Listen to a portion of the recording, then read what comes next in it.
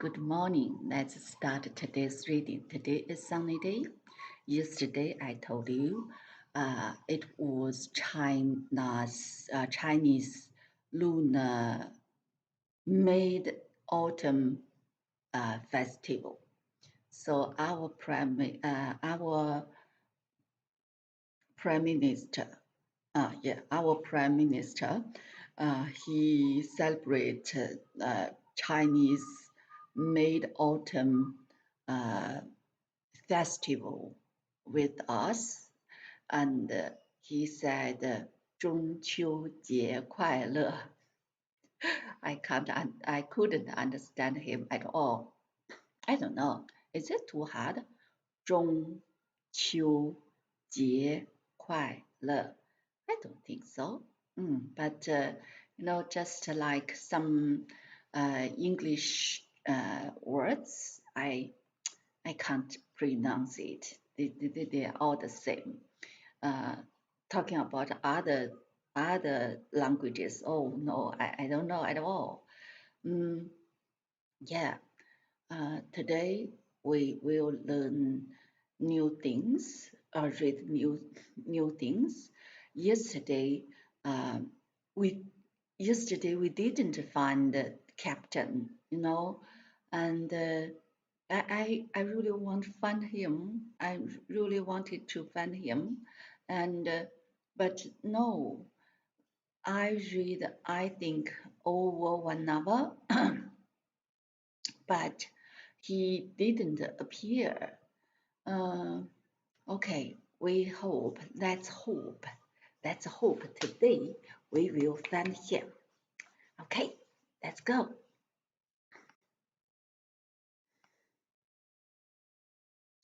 It was 9 o'clock in the morning. The weather was threatening, and the breeze blew from the southeast.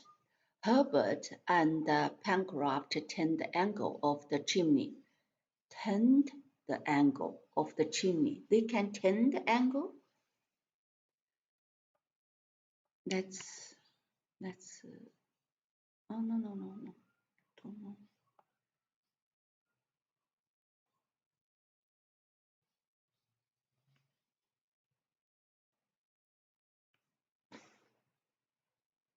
Let's see.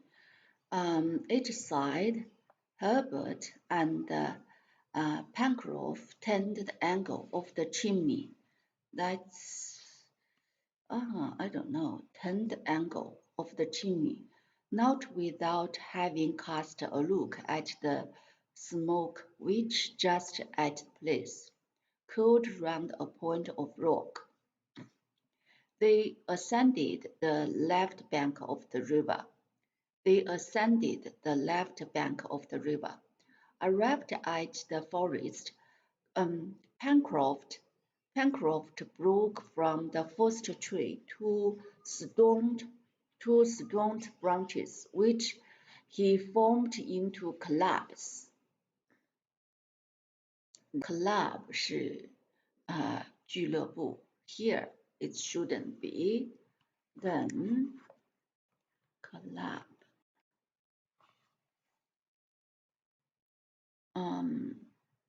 Okay. 球棍 OK.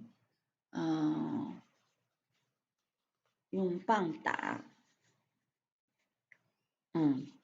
clubs. Okay, let's just skip it.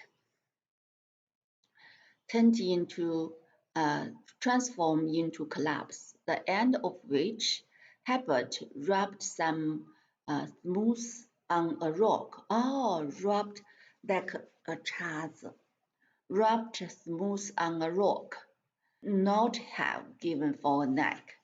What would they not have given for a knife? The two hunters now advanced among the long grass, following the bank from the turning which directed its course to the northwest. The river narrowed gradually, and the channel lay between high banks, over which the tree formed a double arc. The tree formed a double arc. Let's see.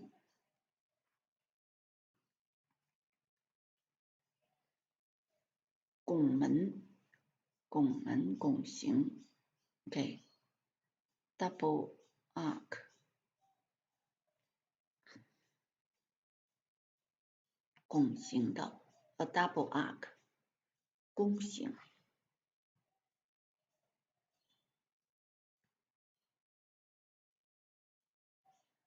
That's 弓形。double arc. Pencroft, lest they should lost themselves, lest they should lost themselves, revolved 弧形，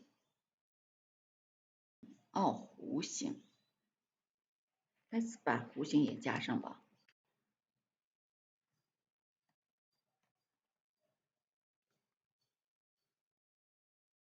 XR 弧形 ，lest they should lost themselves, resolved to follow the course of the stream. Resolved to follow of the stream, which would always lead them back to the point from which they started. But the bank was not without some obstacle here. The flexible branches of trees bent level with the current. Here, the flexible branches of the trees bend level with the current, bend the level with the current. There, creepers and thorns which they had to break down with their sticks. Herbert often glided among the broken stumps with the agility of a young glided among the broken stumps. Broken stump 是树枝吗？是树桩。Broken stumps.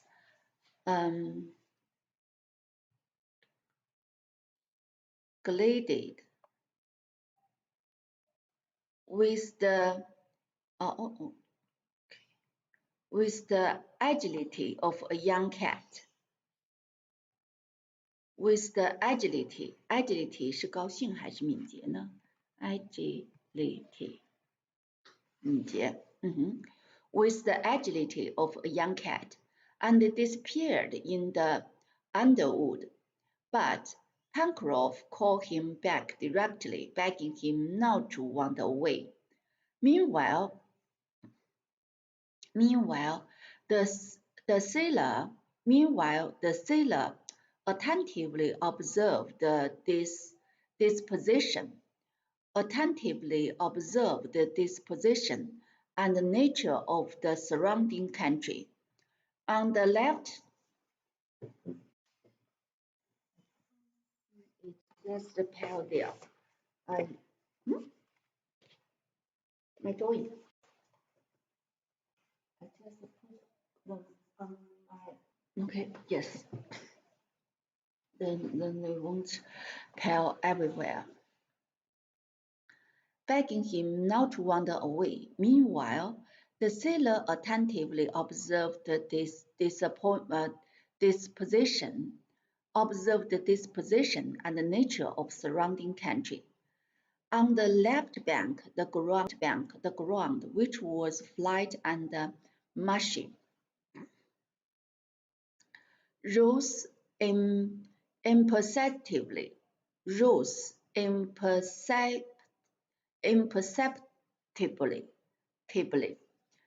imperceptibly towards rose imperceptibly towards the interior. It looked there like a network of liquid threads. This reached the river by some underground drain.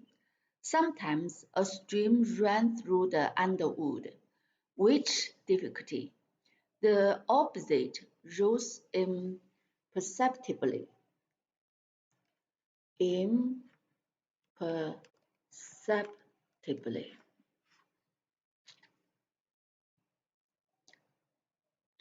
Perceptible. 不知不觉的 imperceptibly. Let's see, is it perceptible? Oh, perception. 哦 perceptible 是可察觉的、可知觉的。perception 是知觉、感觉。So imperceptible is 不知不觉。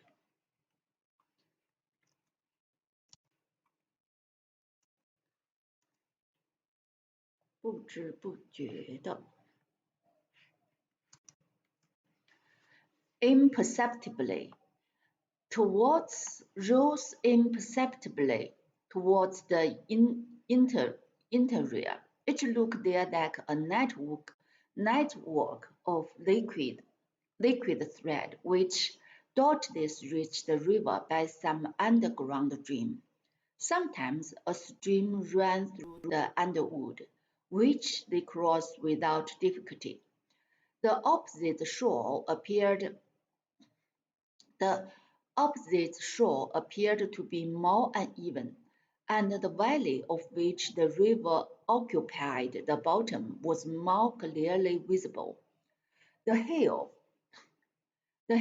covered with trees disposed in terraces.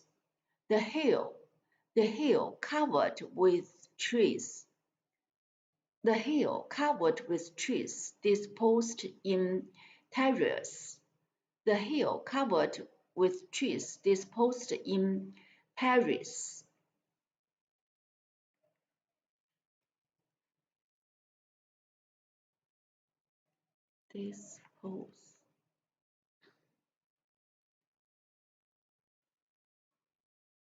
Dispose in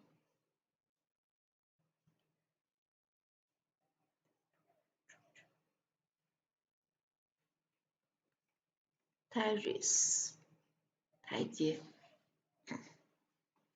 terraces covered with trees disposed in terraces in 台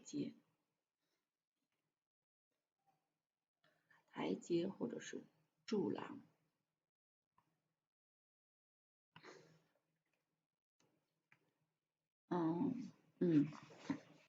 Intercepted the view. Intercepted the view. Intercept 拦住了哦，那就不是台阶了。那 let's see terraces.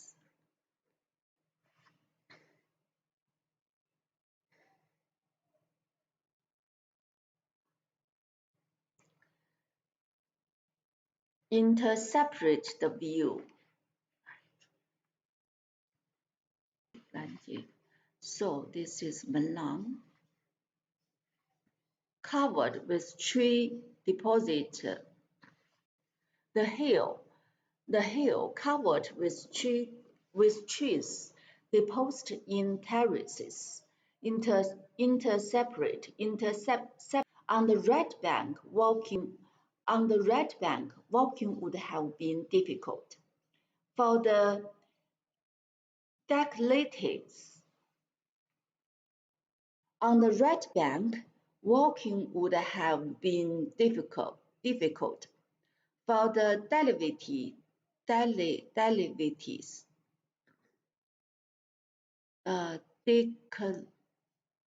decline declivity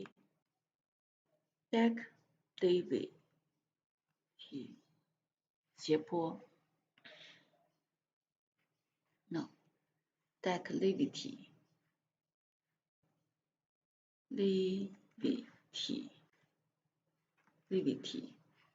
because the declivity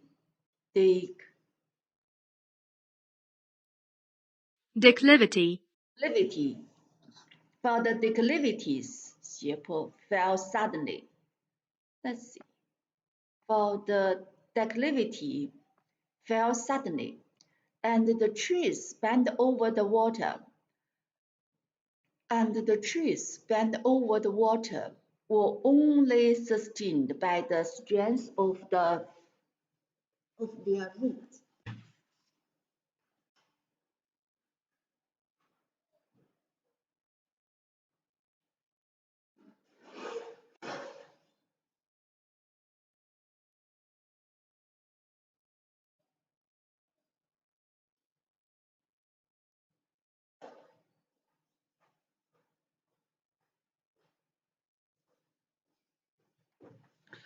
Of their root. It's needless to add that this forest, as well as the coast already surveyed, was destitute of any sign of human life. It's needless to add that this forest, as well as the coast already surveyed, was destitute of any sign of human life. Pencroft only saw traces of quadruped,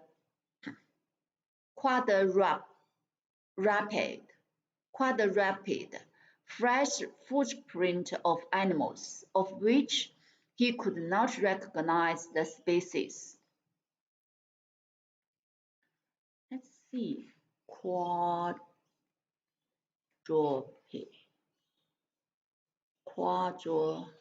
四重的，呈四倍的 ，rup，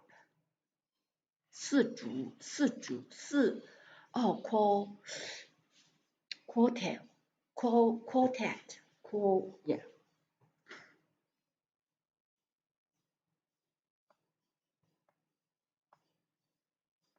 Quadruped.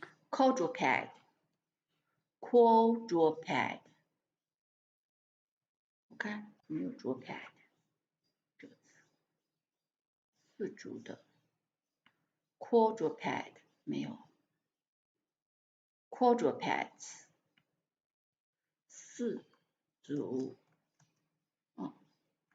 四足动物 quadruped quadruped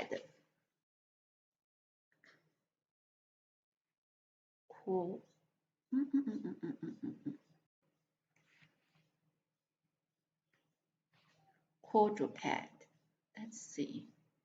Quadruped. Quadruped.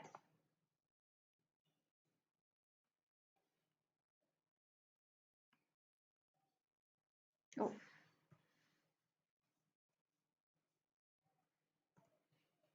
Quadruped. Fresh footprint. Only saw fresh footprint of animal of which he could not recognize the species. In all probably, and such was also Herbert's opinion. Some had been left by formidable wild beasts, which doubtless would given them some trouble. Formidable 肯定是很强壮的啊。Let's check formidable， 因为有 form 嘛。Formidable， 可怕的，令人敬畏的，难以对付的，难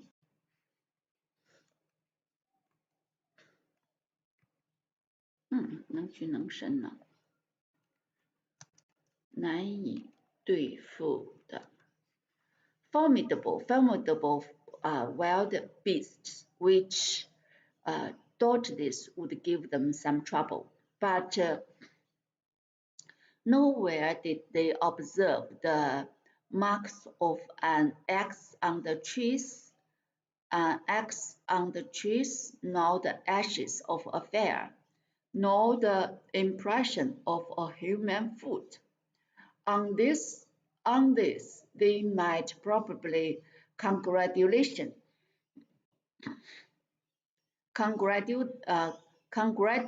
themselves, for on any land in the middle of the Pacific, the presence of man was perhaps more to be feared than desired. Herbert and Pencroff speaking little, for the difficulty of the way was great, advanced very slowly, and after walking for an hour, they had scarcely gone more than a mile. As yet, the hunt had not been successful. However, some birds sung and fluttered in the foliage.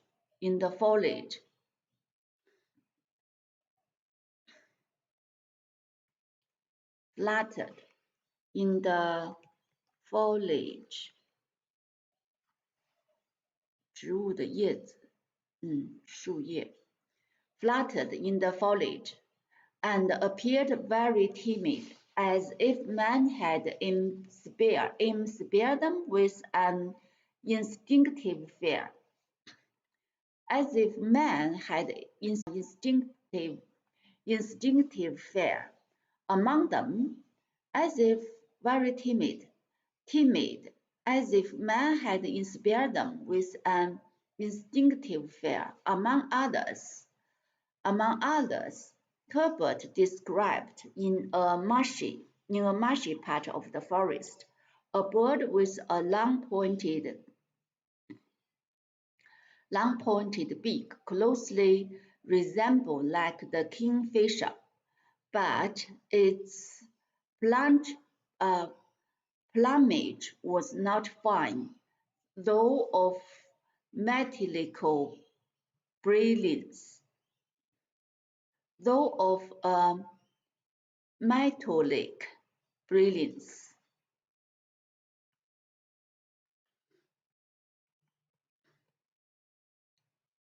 金属的 metallic brilliancy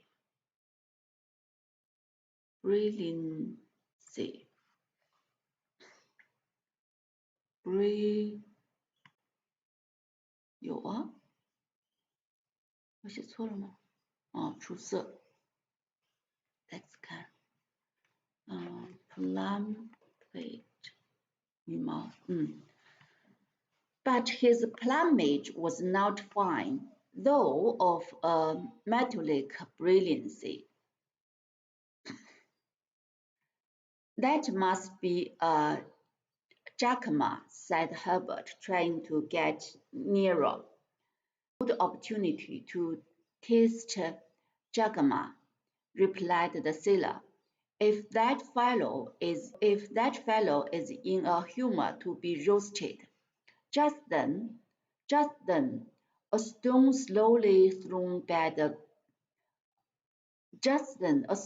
cleverly thrown by the boy struck the creature on the wing, but the blow didn't disable it, and the jacama ran off and disappeared in an instant. How clumsy I am! How clumsy I am! Cried Herbert. No, my boy, replied the sailor. The blow was well aimed. Many a one would have missed it altogether. Come, don't be vexed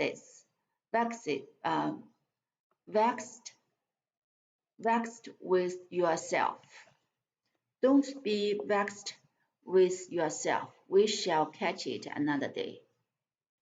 Let's see. Vex 争论不休，棘手的烦恼。Vexed.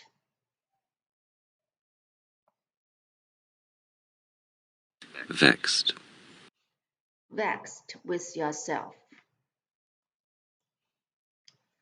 Don't be vexed with yourself. 争论不休，烦恼，生气。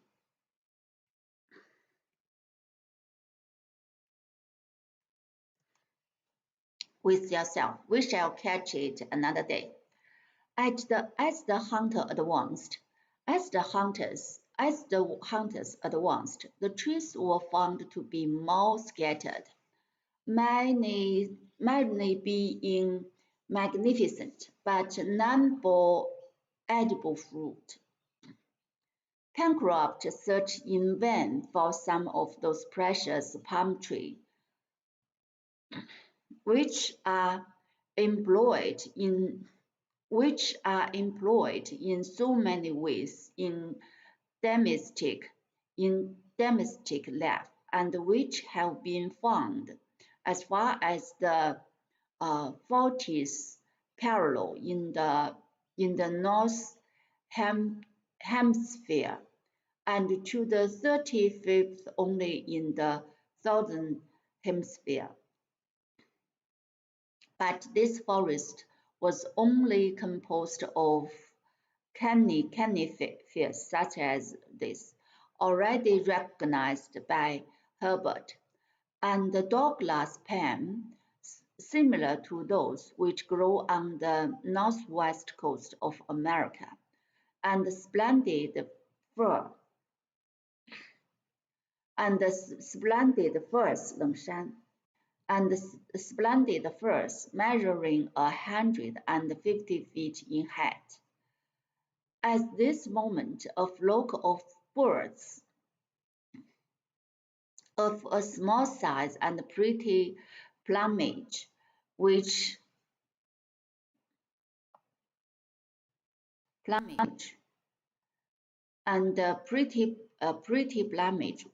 long glancing tail, dispersed themselves among the branches, strewing the feather. Disperse.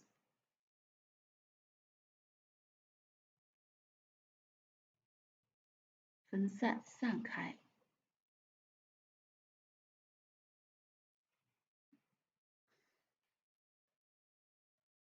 哎，哦，这个也是分散。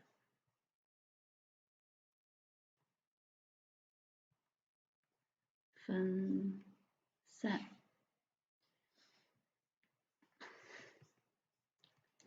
Dispersed themselves among the branches, strewing their feathers, which covered the ground as with fine down.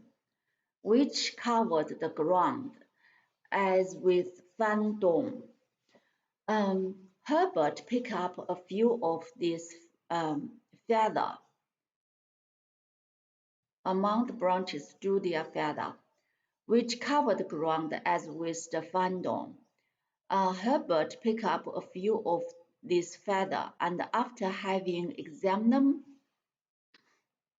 these are coracles.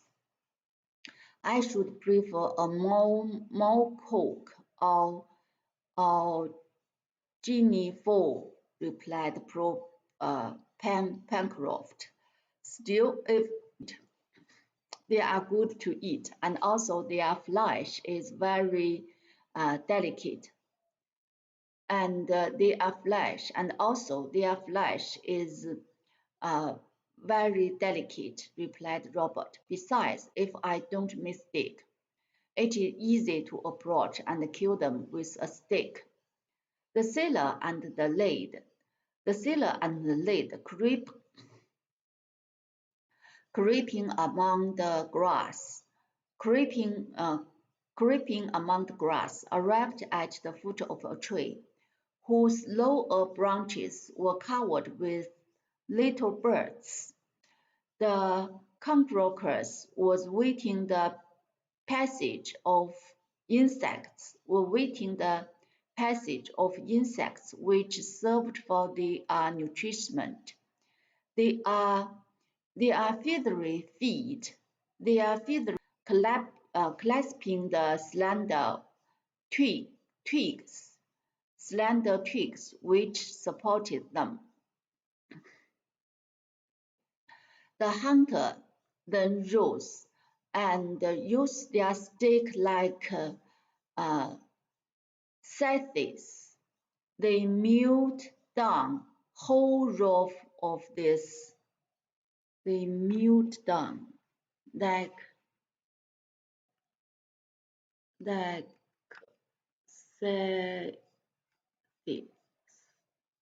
大镰刀。They mowed down. Let's see.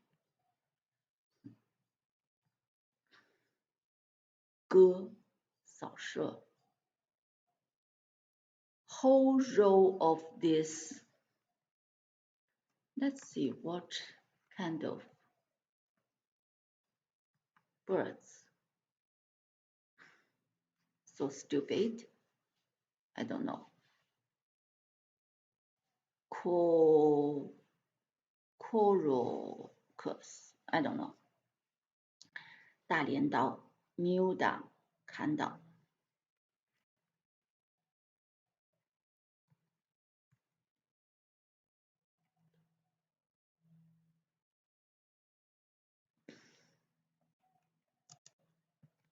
镰刀。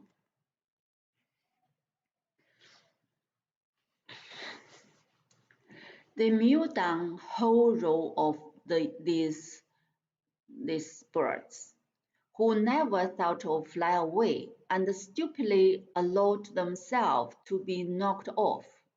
100 were already heaped on the ground before the other made up their mind to fly. Well, said Pencroft, here is game, which is quite within the reach of hunters like us. We have only to pick out our hand and take it. The sailor have strong the lack of flexible twigs, strung the like luck on flexible twigs. They then continued their exploration.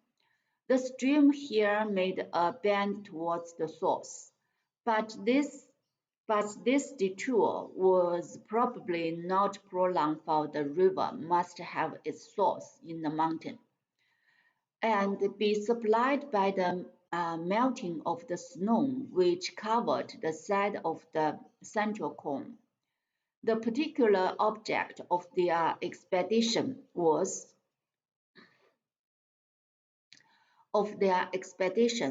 as has been said, to procure the greatest possible quantity of game for the inhabitants of Chimneys. The particular object of the expedition 考察 expedition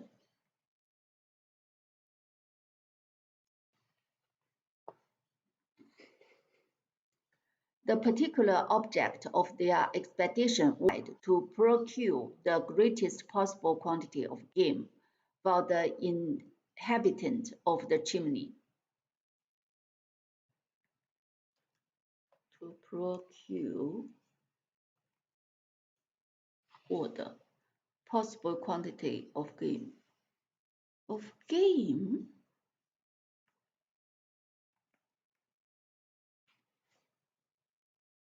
猎物哦，也当猎物讲，也当猎物讲，不光是游戏。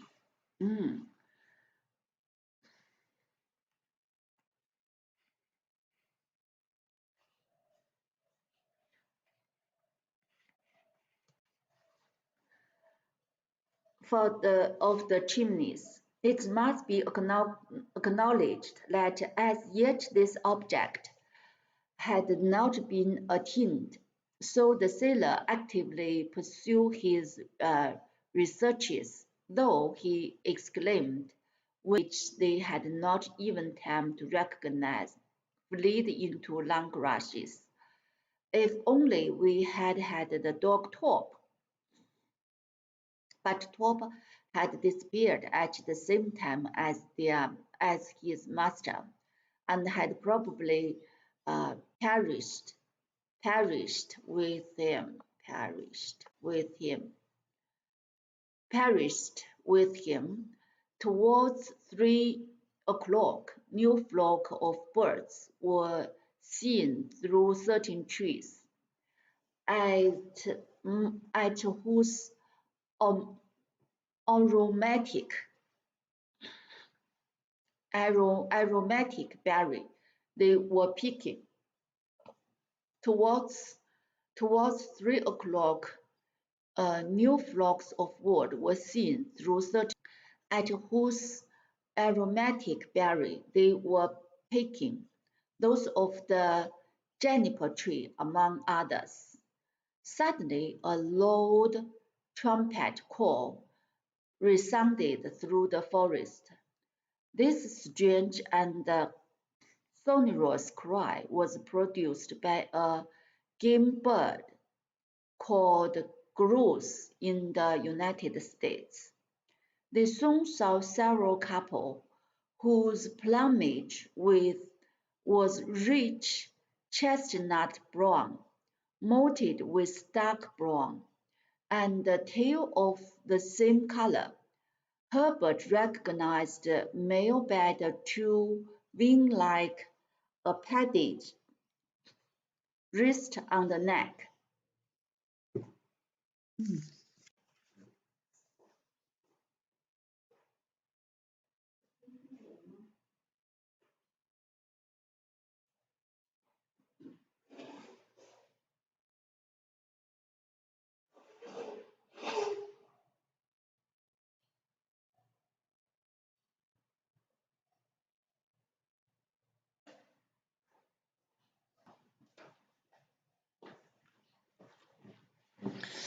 I don't know, is it because of his fever or not? I blow my nose all the time. That's not good. Pencroff determined to get hold of at least one of these gallinaceae, which were as large as a fowl, and whose flesh is better than that of a pullet, which it was difficult, for they would not allow themselves to be approached. After several fruitless attempts, which result in nothing but scaring the grouse. What grouse?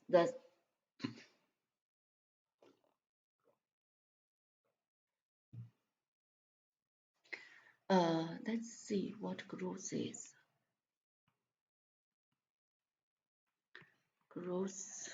Oh, grouse 松鸡，松鸡。大概就是森林里的鸡。The sailor sighed to the lake, decidedly, since we can't kill them on the wing, we must try to take them with like a fish, cried Herbert, much surprised at the proposal. Like a fish, replied the sailor quite seriously. Pencroff had found among the grouse nest, each having 3 or 4 eggs. They took great care not to touch this nest, to which their proprietors would not fail to return. It was around this It was around this that he meant to stretch his line, not snare, but real fish lines. He took Herbert to some distance from the nest, and there prepared the singular apparatus with all the care which a disciple of Walton would have used. Herbert watched the work with great interest, though rather doubted its success. The lame were made of fine creepers, fastened one to the other, of the length of 15 or 20 feet, thick, strong thong. The point bent back, which was supplied from a dwarf acacia bush, were fastened to the end of the creep by way of hooks. Large red worms, which were crawling on the ground, furnished bait, which were crawling on the ground, furnished bait. This done, Pencroff, passing among the grass and concealing himself, skillfully placed the end of his line, armed with hook, near the grouse nest. Then he returned, took the other end, and hid with Herbert behind a large tree. Then they both waited patiently, though it must be said that Herbert did not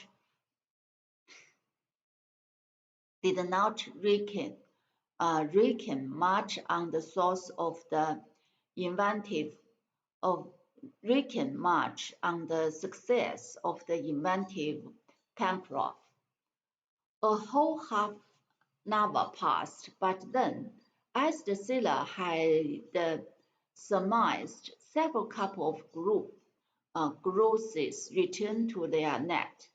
They walked along, picking and not suspect in any way the presence of the hunters, who besides had taken care to place themselves of the gallinaceae. The lad felt at this moment highly interested. He held his breath, and Pencroff, his eyes staring, his mouth open, his lip advanced, as if about to taste a piece of grouse, scarcely breathed. Meanwhile, the birds walked about the hooks, without taking any notice of them. Pencroff then gave a little tug which moved the bait, as if the worm had been still alive. The sailor undoubtedly felt much greater anxious, and does the fisherman, for he doesn't see his prey coming through the water. Attracted the jerks attracted the action. The jerks attracted the attention. The jerks attracted the attention of the 这个东西 and they attacked the hook with their beaks. Three voracious crows swallowed at the same moment bait and hook. Suddenly, with a smart jerk. Really?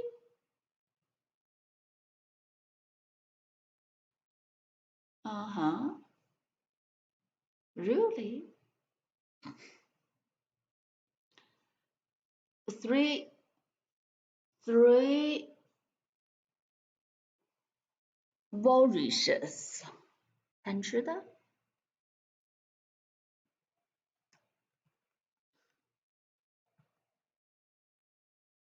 yes. Voracious.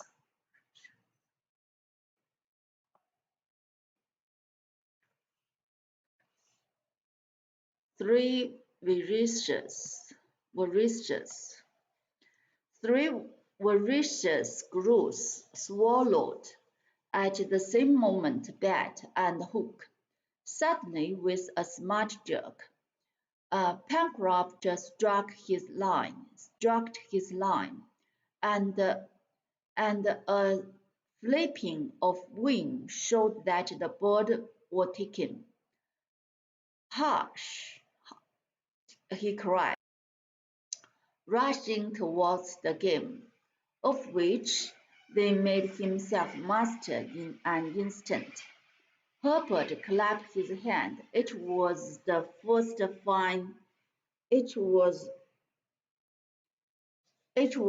first time that he had ever seen birds taken with a line. But the sailor modestly confessed that it was not his first attempt, and that besides he could not claim the merit of invention. And at any rate, added he, uh, situated as we are, we must hope to hit upon many other contrivance. Hope to hit upon many other contrivance.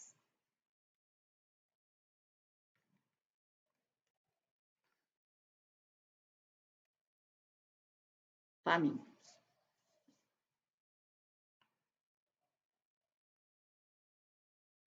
Contrivance.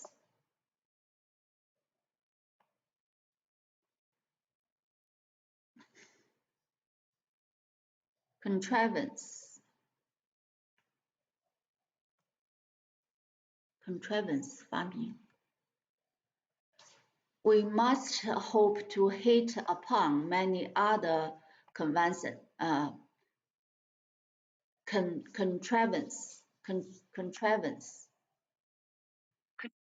Contrivance. The grooves were fastened by the claw. The grooves were fastened by their claw, and not having to appear before their companion with empty hand. And Pencroft, delighted at not having to appear before their companions with empty hands, and observing that the day had begun to decline just as they are devouring. The direction was indicated by whose course they had only to follow, and towards 6 o'clock tried enough with their excursion. Herbert and Pencroft arrived at the chimney. Gideon spilling motionless on the shore, his arms crossed, gazing over the sea, the horizon of which was lost towards the east in the thick black cloud which was spread the zenith. The wind was already strong and increased with the decline of day. The whole sky was of a threatening aspect, and the first symptoms and the first symptom of a violent storm were clearly visible. Herbert entered the chimney, and Pencroff went towards the reporter. The latter, deeply absorbed, didn't see him approach. "We are going to have a dirty night, Mr. Spilett," said the sailor. Portraits delight in wind and rain. Portraits delight in wind and rain. Portrayal. What's portrayal? Petrol. Petrels. Oh no，我记错了。Petrol. 海燕。Okay. Petrels delight in wind and rain. The reporter turned at the moment, saw Pencroft, and his first words were, "At what distance from coast would you say the car was?"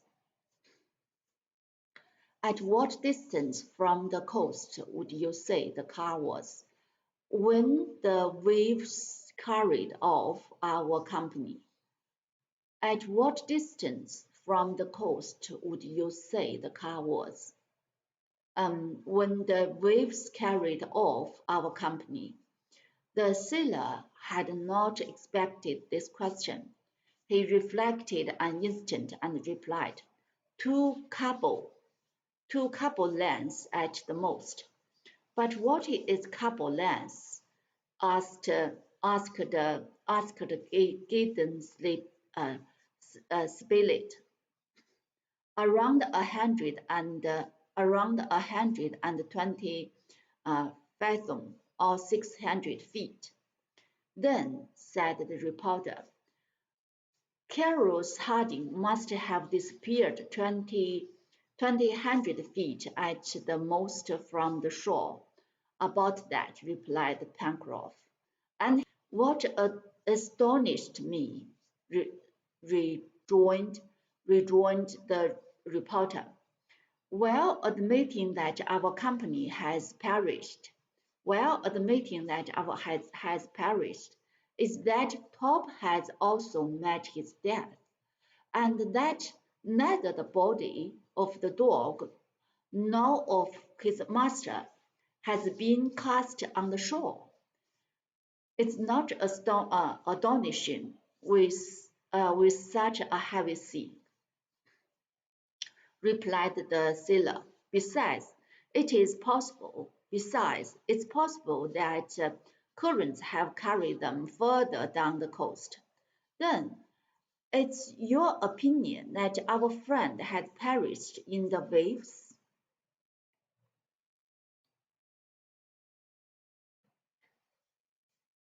"This is my opinion. My own opinion," said Gideon Spilett, "with due deference to your experience, Pencroff, is that in the double fact of the absolute disappearance of Cyrus and Top, living or dead, and unlikely. I wish I could think like you." "I wish I could think like you, Mr. Spilett," replied Pencroft. "Unhappily, my mind is made up on this point." Having said this, the sailor returned. Wood fire crackled on the hearth. Herbert had just thrown on an armful of dry wood, and the flame cast a bright light into the darkest. Pencroft immediately began to prepare the dinner. It appeared best to introduce something solid into the bill of fare, for all needed to get up their strength. for all needed to get up their strength. The strings of were kept for the next day, but they plucked a couple of groats which were sewn, spitted on a stick, and roasted. At 7 in the evening, Neb had not returned. The prolonged absence of the negro made Pencroff very uneasy. It was to be feared that he had met with an accident on his or that the unhappy fellow had been driven to some act of despair. But Herbert drew very different conclusion from this absence. According to him, Neb's delay was caused by some new circumstance which had induced him to prolong his search. Also, everything new must be the advantage of Cruz. Also, something new must be the advantage of Cruz Harding. Why had Neb not returned unless hope? Why had Neb not returned unless hope still detained him? Perhaps he had found some mark, a footstep, a trace which led path. Perhaps he was at this moment on a certain track. Perhaps even he was near his master. Thus the lad reasoned. Thus he spoke. His companions let him talk. The reporter alone approved with a gesture. But what Pencroff thought most probably was that Neb had pushed his researches on the shore further than the day before.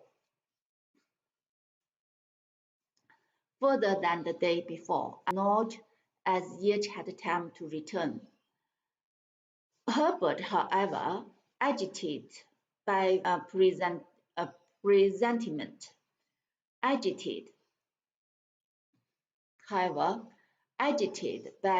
vigor presentiment, several times manifested an intention to go to meet Neb. Several times manifested an intention. Agitated by vigor presentiment.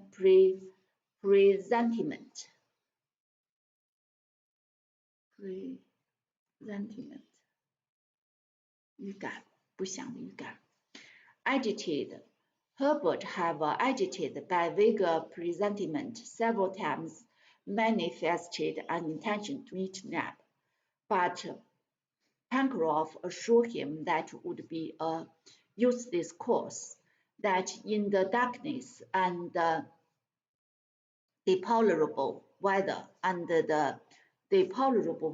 he could not find any trace of Neb, and that would be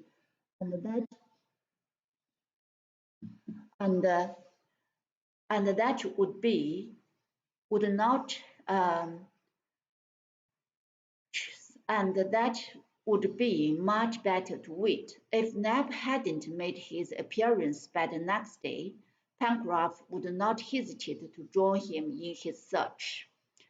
Gideon Spilett approved of the sailor's opinion that it was best not to divide, and Herbert was obliged to give up his project, but 2 large tears fell from his eyes. The reporter could not refrain from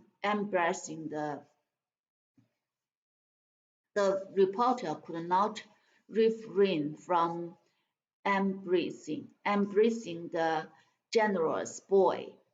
Bad weather now set in. A furious gale from the southeast passed over the coast. The sea roared as it beat over the reef. The sea roared as it beat over the reef. Heavy rain was dashed by the storm into uh, particles like dust.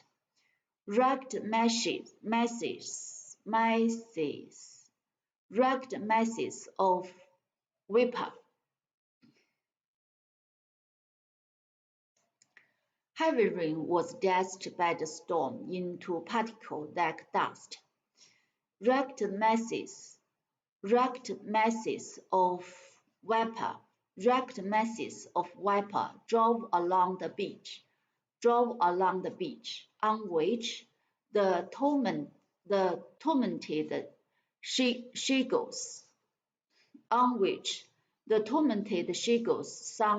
sounded as if poured out in cold loads, while the sand raised by the wind acted as it were um, mineral dust to that which was liquid, and rendered the united attack insupportable. Between the river's mouth and the end of the cliff. Eddies and eddies of wind whirled and gushed from this maelstrom.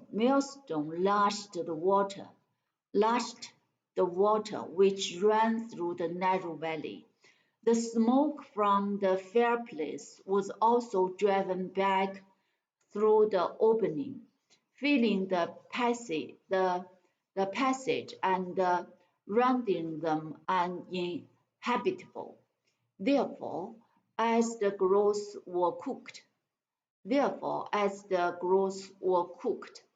Pencroft left the fire die away and only preserved a few embers buried under the ashes. At 8 o'clock Neb hadn't appeared, but there was no doubt that the frightful weather alone hindered his return, and that he must have taken refuge in some cave to await the end of the storm, or at least the return of day. As to going to meet him or attempting to find him, it was impossible. The game constituted the only dish at supper. The meat was excellent, and Pencroft and Herbert, whose long excursion had returned them very hungry, uh, had rendered them very hungry, devoted with infinite satisfaction. Their meal concluded, each retired to the corner in which he had rested the preceding night, and Herbert was not long in going to sleep near the cellar. He had stretched himself beside the fireplace. Outside, as the night advanced, outside, outside as the uh, outside as the night advanced, the tempest also increased in strength, until it was equal to that which had carried the prisoners from Richmond to this land in the Pacific, until it was equal to that which had carried. Outside, as the night advanced, the tempest also increased in strength, until it was equal to that which had carried the prisoners from Richmond to this land in Pacific.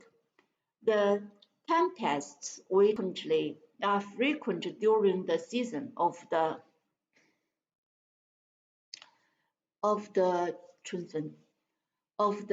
equinox, and which are so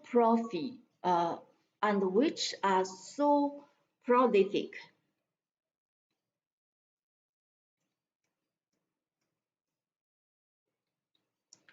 and which are so prolific in catastrophes. Prolific.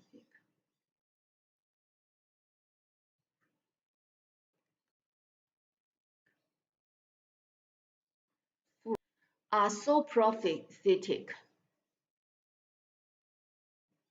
which are so prophetic, 多产的、富饶的、众多的、丰硕的。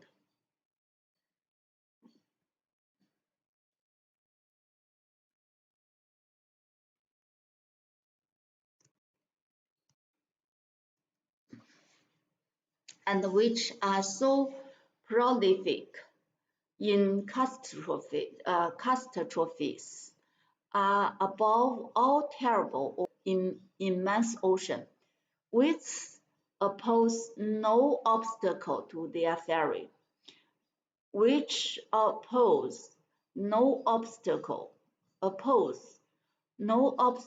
to their ferry,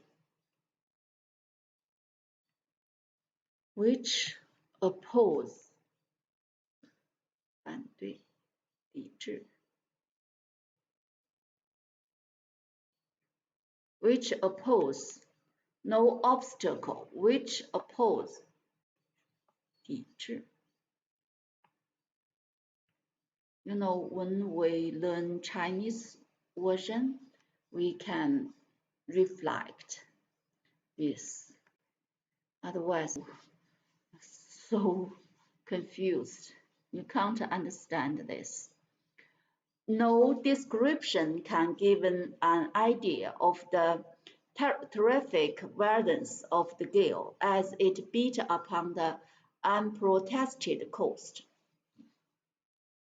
Happily, the pile of rocks which formed the chimney was solid. Happily, the pile of rocks which formed the chimney was solid. It was composed of enormous blocks of granite, a few of which, insecurely balanced, seemed to tremble on the foundation, and Pencroff could feel rapidly quivering under his head as it rested on the rock. But he repeated to himself and rightly that there was nothing to fear, and that their retreat would not give way.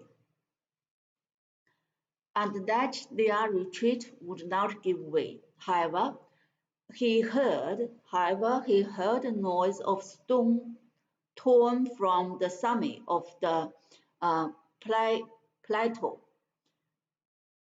However, he heard the noise of stone torn from the summit of the plateau by the wind, falling down onto the beach.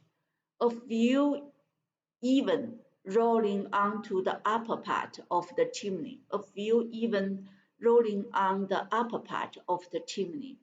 All flew off in fragments when they were projected perpendicularly.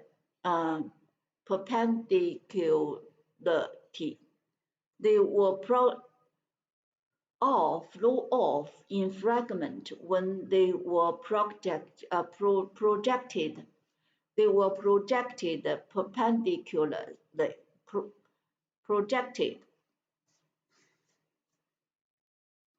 All projected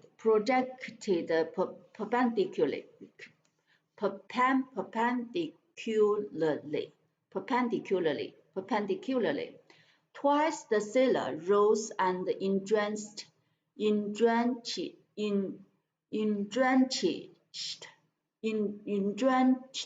himself at the opening of the passage. Twice the sailor rose and entrenched himself at the opening of the passage, so as to take a look in safety at the outside. But there was nothing to be feared from those shores, which were not considerable, and he returned to his couch before the fireplace, where the ember glowed beneath the ashes. Notwithstanding the fury of the uproar of the tempest, the thunder. Let's see what it look like.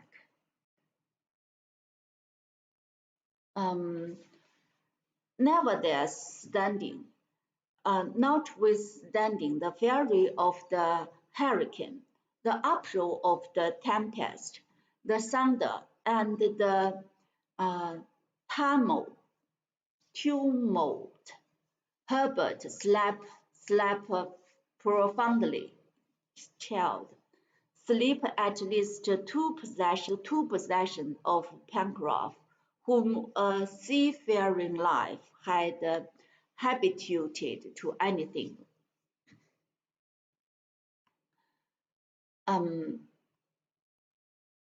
Let's check. The thunder, the tumult, uproar, 这个风，这个 thunder and the 不是闪电。Let's see. Tumult, 喧哗吵闹。Tumult.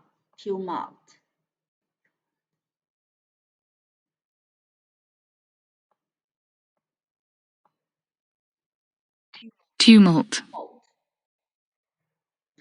吵闹。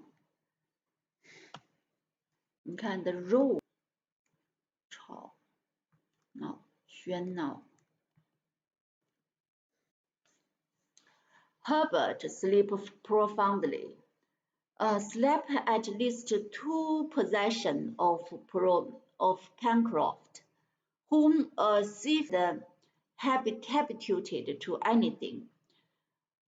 Spilett was kept awake by anxiety. He reproached himself with no accompanied nap. He reproached himself with not having accompanied that he had not abandoned all hope. It was abandoned all hope. The presentiment which had troubled Herbert, the presentiment which had troubled the presentiment 预感。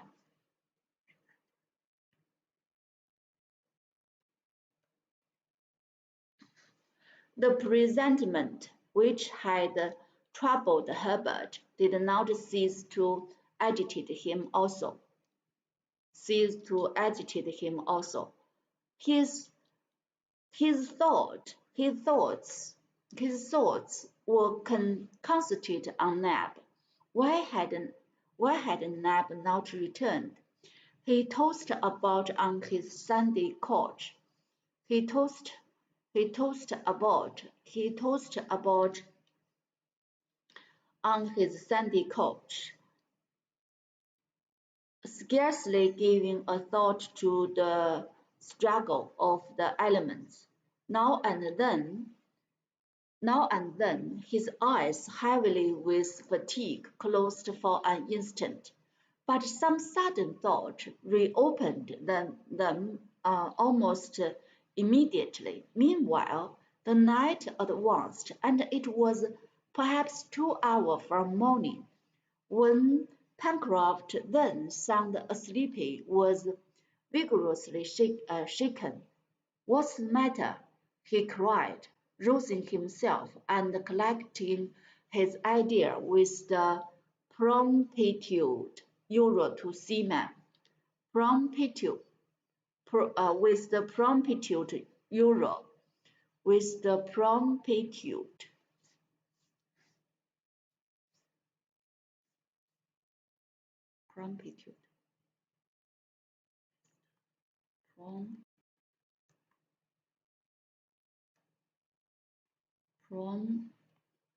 promptitude, promptitude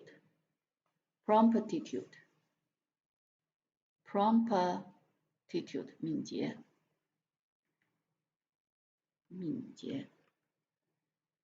With the promptitude usual to seamen, the reporter was leaning over him and saying, "Listen, Pencroff, listen." The sailor strained his ear, but could hear no voice beyond those caused by the storm. "It's the wind." "No," replied Spilett, listening again. "The barking of a dog, a dog!" cried Pencroft, springing up. "Yes, barking!" "It's not possible," replied Sailor, "and besides, how?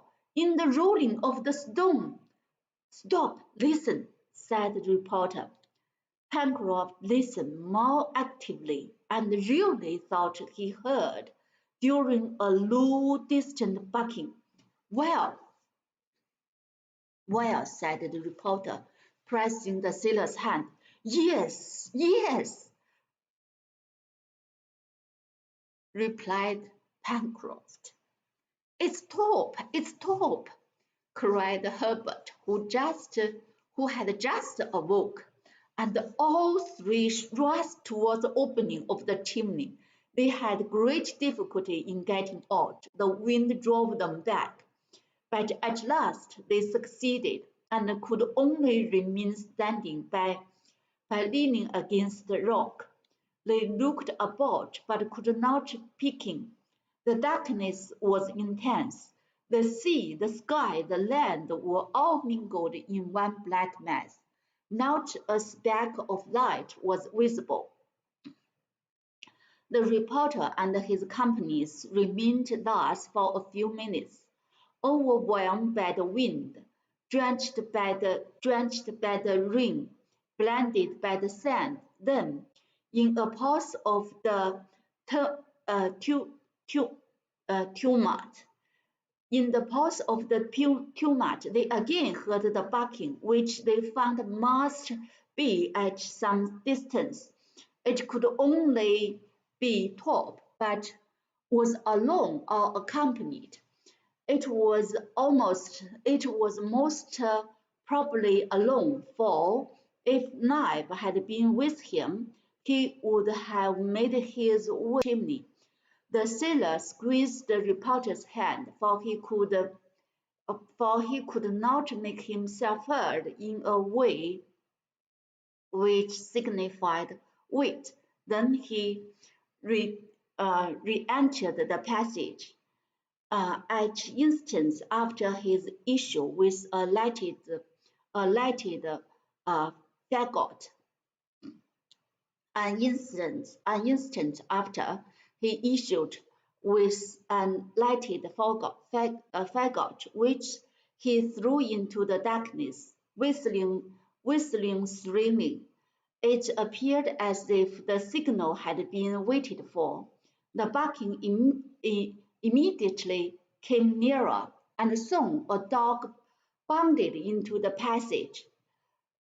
Pencroft, Herbert, and Spilett entered after him. An armful of dry wood was shown on the ember. The passage was lighted up with a bright flame. "It's Top!" cried Herbert. It was indeed Top, a magnificent Anglo-Norman, who derived from those two races swiftness of foot. And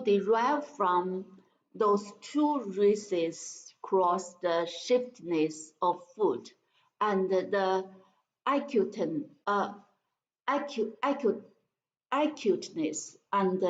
acuteness of smell, which was the preeminent quality of coursing dogs. It was the dog of the engineer, Cruz Harding, but he was alone. Neither Nab nor his master accompanied him.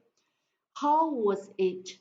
How was it that his instinct had guided him, which he didn't know? It appeared inexplicable. Above all, in the midst, it it appeared inexplicable. Above all, oh, that's so exciting. I already know it, but still,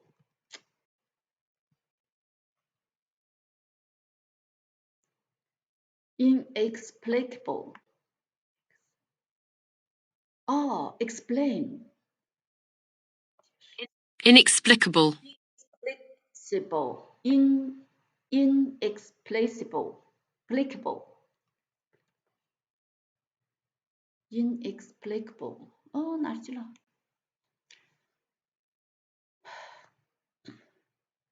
Those rays cross the swiftness of foot and the acuteness of smell, which are the preeminent quality of coursing dog. It was the dog of the engineer, Cyrus Harding. But he was alone. Neither Nab nor his master accompanied him. How was it that his instinct had guided him straight to the chimney, which he didn't know? It appeared inexplicable. 费解的。It appears inexplicable. Above all, in the midst of this black night and in a tempest. But what was still more inexplicable was that Top was neither tired nor exhausted, nor even soiled with mud or sand. Herbert had drawn him towards him and was patting his head, the dog rubbing his neck against the lab's hand. If the dog is found, the master will be found also, said the reporter. God grant it, replied Herbert. Let's set off. Top will get us. Pantry did not make any objection. He felt that Top's arrival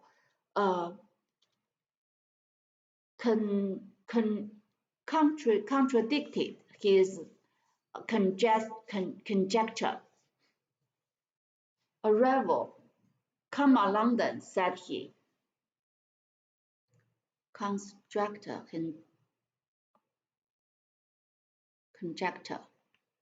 Contracted. Contradicted.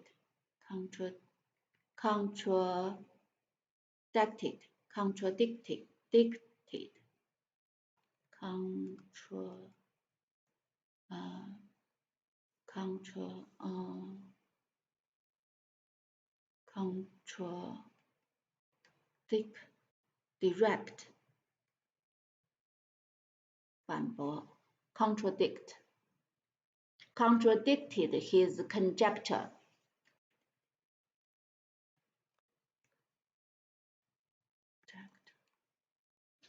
猜测 contradicted his conjecture. Let's make it this way. Contradicted his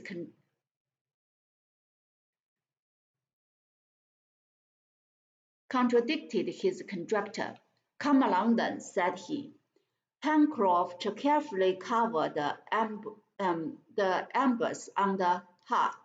He placed a few pieces of wood among them, so as to keep in the fire until they returned.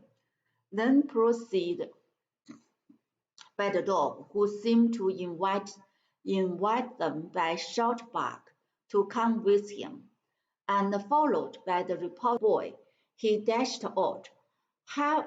After having put up in his handkerchief the remains of supper.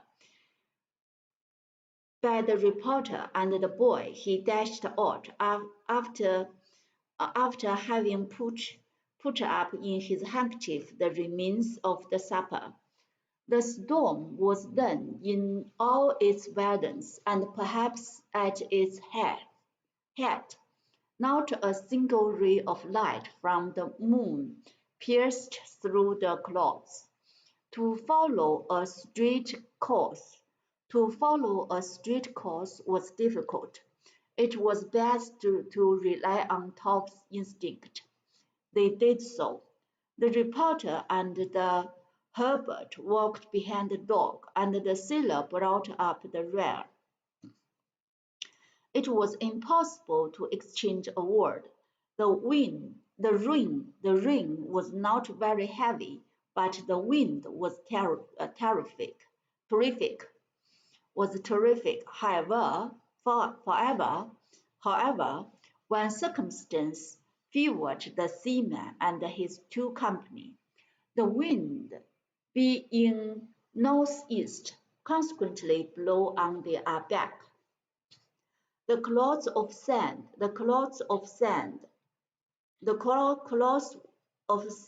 which otherwise would have been insupportable from being received behind, didn't in consequence impede their progress. Impede 阻止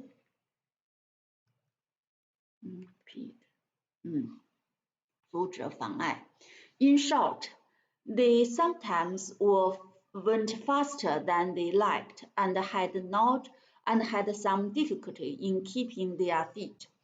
But hope gave them strength, for it was not at random that they made their way along the shore. They had no doubt that Neb had found his master, and that he had sent them the faithful dog. But was the engineer or had Neb only sent for his companies that they might render the last duty to the corpse of the unfortunate Harding? After having passed the precipice,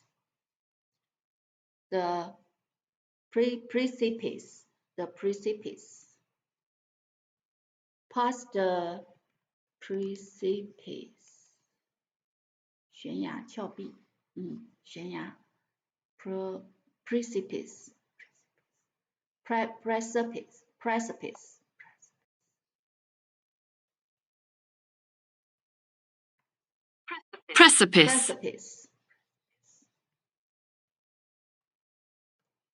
the precipice, Herbert, the reporter, and Pencroft prudently stepped aside to stop and take breath.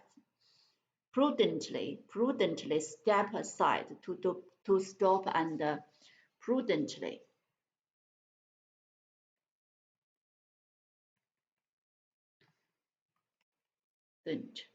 小心的，精明的。Prudently 小心的，精明的。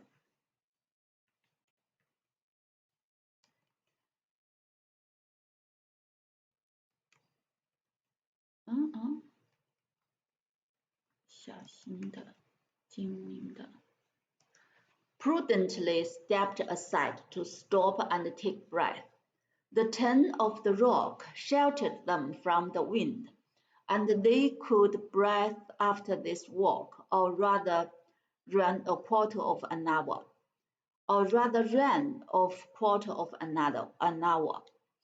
They could now hear and reply to each other, and that having pronounced the name of Cruz Harding, Top gave a few short barks, as much as to say that his master was saved. Saved? Isn't he? Repeated Herbert. Saved, Top? And the dog barked in reply. They once more set out.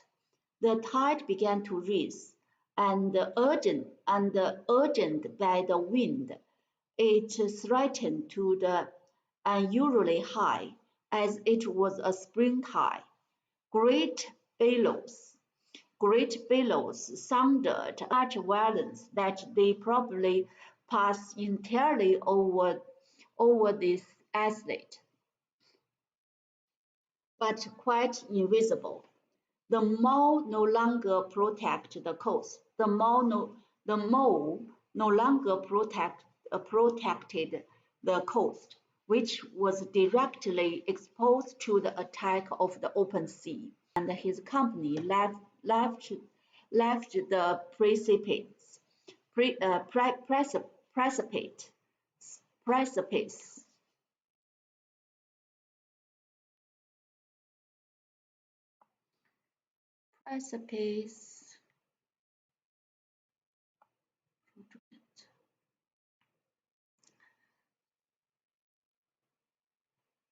Precipice replied to each other.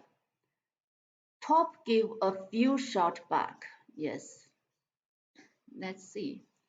As soon as the sailor and his companies left the precipice, the wind struck them again with renewed fury. Though bent under the gale, they walked very quickly, following Top, who didn't hesitate as to what direction to take. Didn't hesitate as to what direction to take. They ascended towards the north. They ascended towards the north, having on their left an interminable extent of billow, having on their left an interminable extent,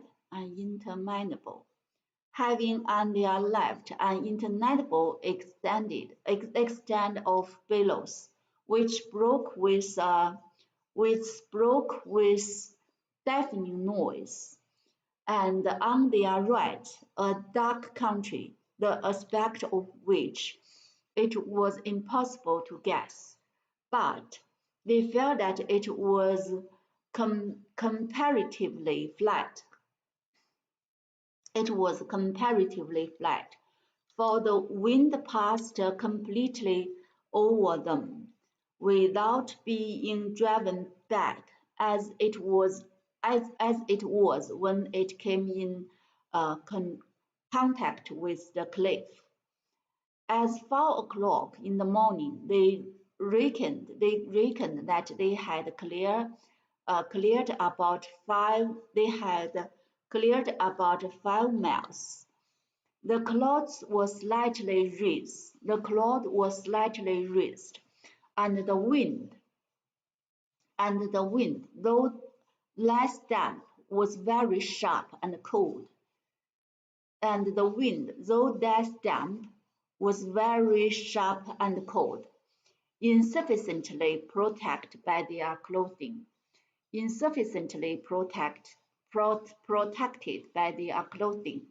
Pencroft, Herbert, and Spilett suffered cruelly, but not a complaint escaped their lips. They were determined whether the intelligent animal wished to wherever the intelligent animal wished to leave them. Towards 5 o'clock, they began to break. At the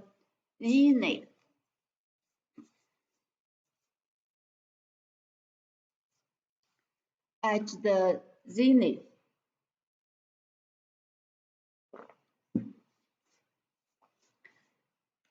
towards 5 o'clock, they began to break. At the zenith, where the fog was less thick, at the zenith 顶点，天顶星极点 ，I don't know. At the zenith, where the fog was that thick, gray shades bordered the clouds. Gray 为什么是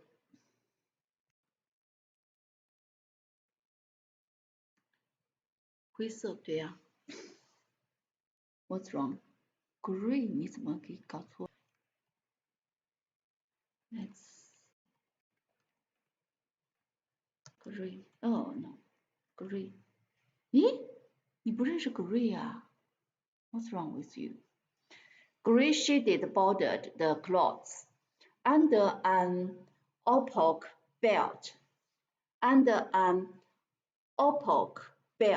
a luminous line clearly traced the horizon.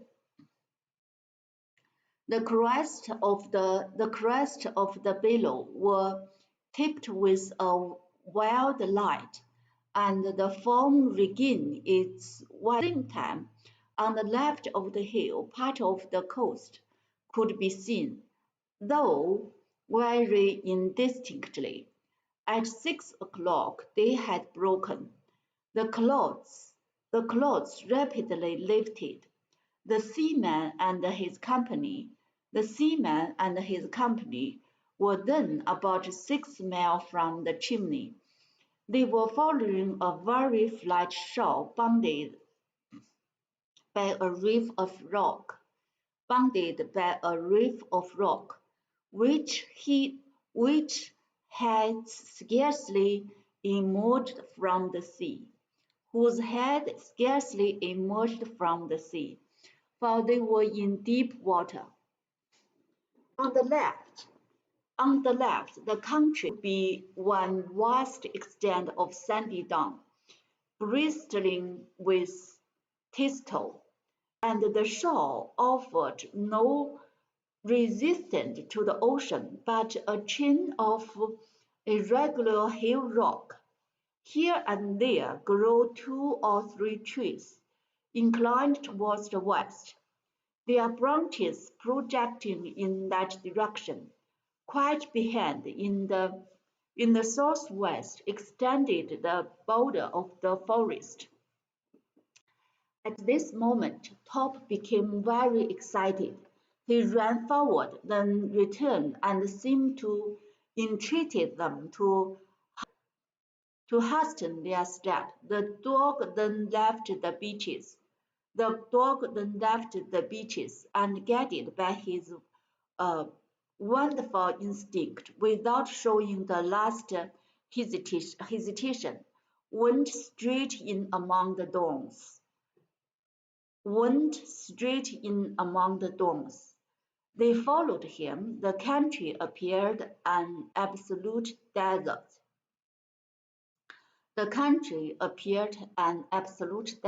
Not a living creature was to be seen. The thorns, the extent of which was large, were composed of hillock, and even of hill, which irregularly distribute. They resembled as Switzerland modeled in sand, and only an amazing instinct could have possibly recognized the way. 5 minutes after having left the beach, the reporter and his 2 companions arrived at a sort of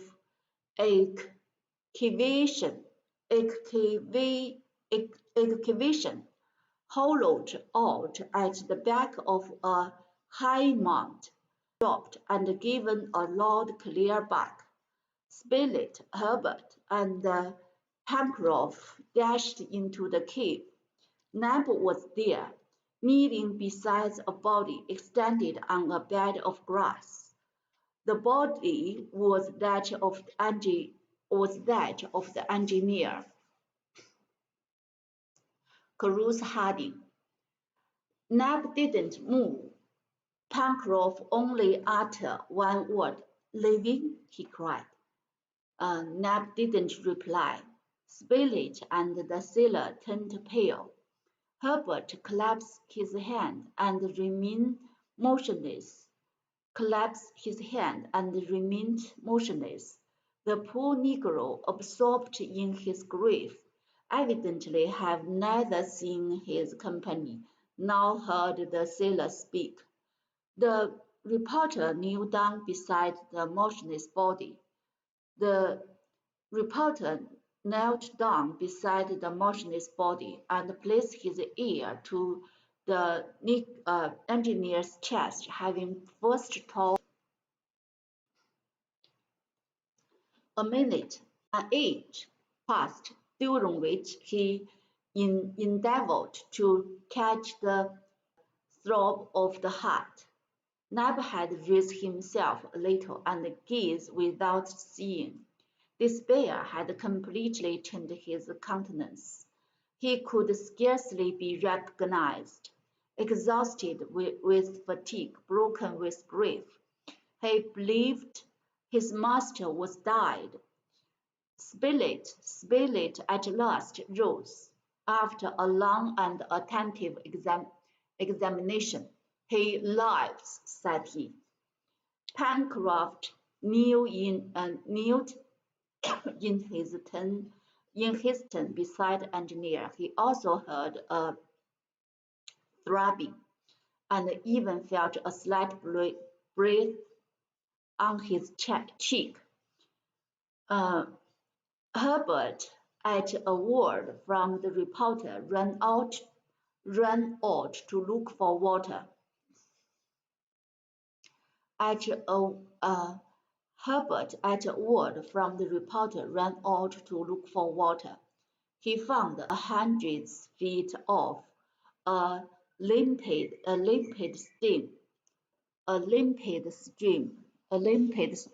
which seemed to have been greatly increased by the rain, and which filtered through the sand in which to put the water, not even a shell among the dome.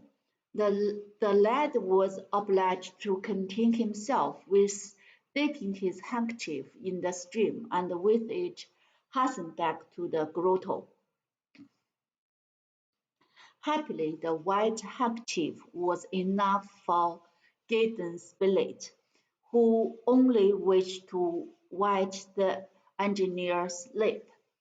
The cold water produced an almost immediate effect. His chest heaved and he seemed to try to speak. "We will save him," exclaimed the reporter. At this word, hope revived in Neb's heart. He undressed his master to see if he was wounded, but not so much as a bruise was to be found, either on the head, body, or limb, which was surprising, as he must have been dashed against the rocks. Even the hand was uninjured, and it was difficult to explain how the engineer showed no trace of the effort which he must have made to get out of reach of the bricks.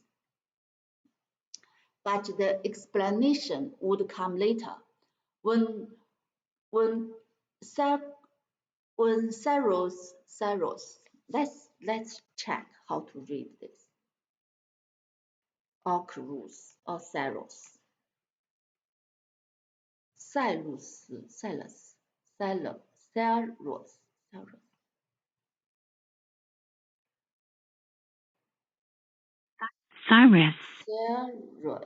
Cyrus.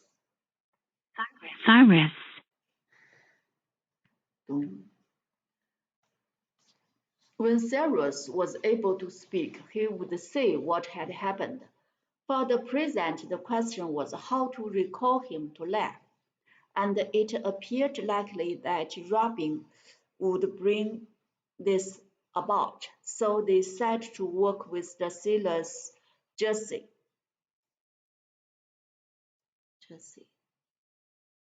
They don't know CPR at that time.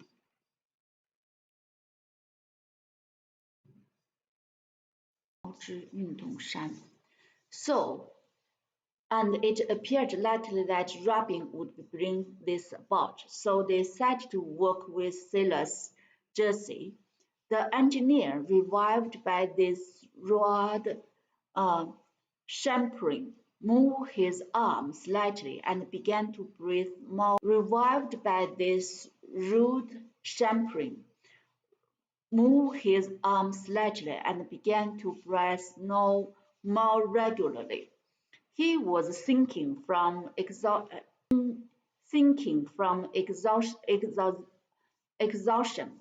and certainly had not the reporter and certainly had not arrived, it would have been all over with Cyrus Harding. It would have been all over, and certainly had not the reporter and his company arrived, it would have been all over with Cyrus Harding. "You thought your master was dead, didn't you?" said the seaman to Neb. "Yes, quite dead," replied Neb, "and if Top hadn't found you and brought you here, I should have buried my master." And if Top hadn't found you and brought you here, I should have buried my master, and then have laid down on his grave to die. It had indeed been a narrow escape for Cyrus Harding. Neb then recounted what had happened. The day before, after having left Chimney at daybreak, he had ascended the coast in a northerly direction, and had reached that part of the shore which he had already visited. There, without any hope, he acknowledged, Neb had searched the beach among the rock and the sand for the smallest trace to guide him.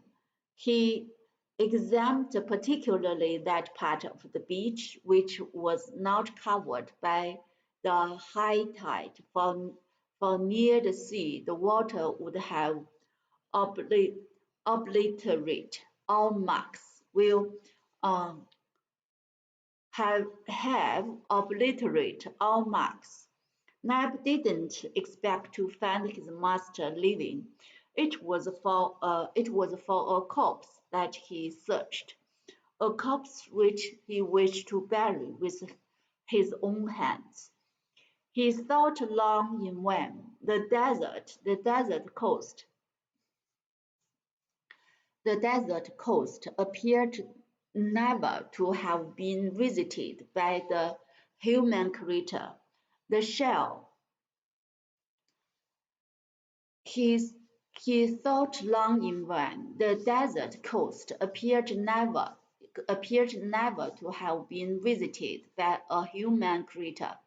The shell, those which the sea had not reached, and which might be met with millions above high water marks, was untouched. Not a shell was broken. Neb then resolved to walk along the beach for some miles. It was possible that the wave had carried the body to quite a distant point. When a corpse floats a few distance from a low shore, it rarely happened that the tide didn't throw it up sooner or later. This Neb knew, and he wished to see his master again for the last time. I went along the coast for another 2 miles, carefully examining the beach,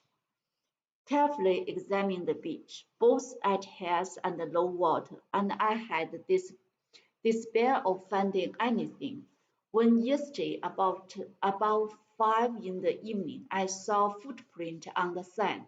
Footprint! Footprint! Exclaimed Pencroff. Yes, replied Neb. Did this footprint begin? Did this footprint begin at the water's edge?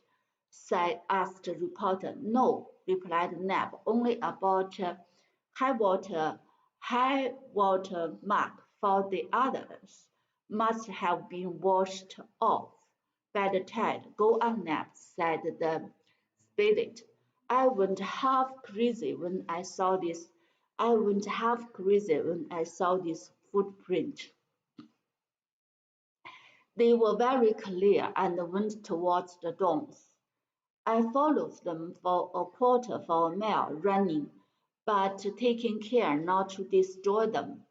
5 minutes later, it was getting dark. I heard the barking of a dog. It was Top, and Top brought me here to my master. Neb ended his account by saying what had been his grief at the inanimate body, finding the inanimate body, in which he willingly sought for the least sign of life. Now that he had found him dead, he longed for him to be alive. As his effort was useless, nothing remained to be done but to render the last duty to the one whom he had loved so much. Neb then thought of his companions. They no doubt would wish to see the unfortunate man again. Top was there. Could he not rely on the sagacity of the faithful animal? Rely on the sagacity. Sagacity. 精明. Let's see. It's a sagacity. Sagacity. Rely on the sagacity of the one among his companions whom Top knew best. Then he pointed to the north, and the dog bounded off in the direction indicated to him. We have heard now, guided by an instinct which might be looked upon almost supernatural. Top had found them. Neb's companions had listened with great attention to this account. It was unaccountable to them how Cruz Harding, after the efforts which he must have made to escape from the waves by crossing the rock, had not received even a crutch, and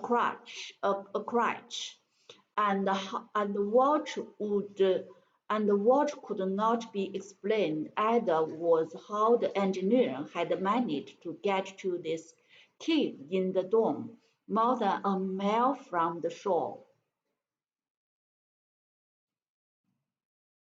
So, Neb, said the reporter, it was not you who brought your master to this place.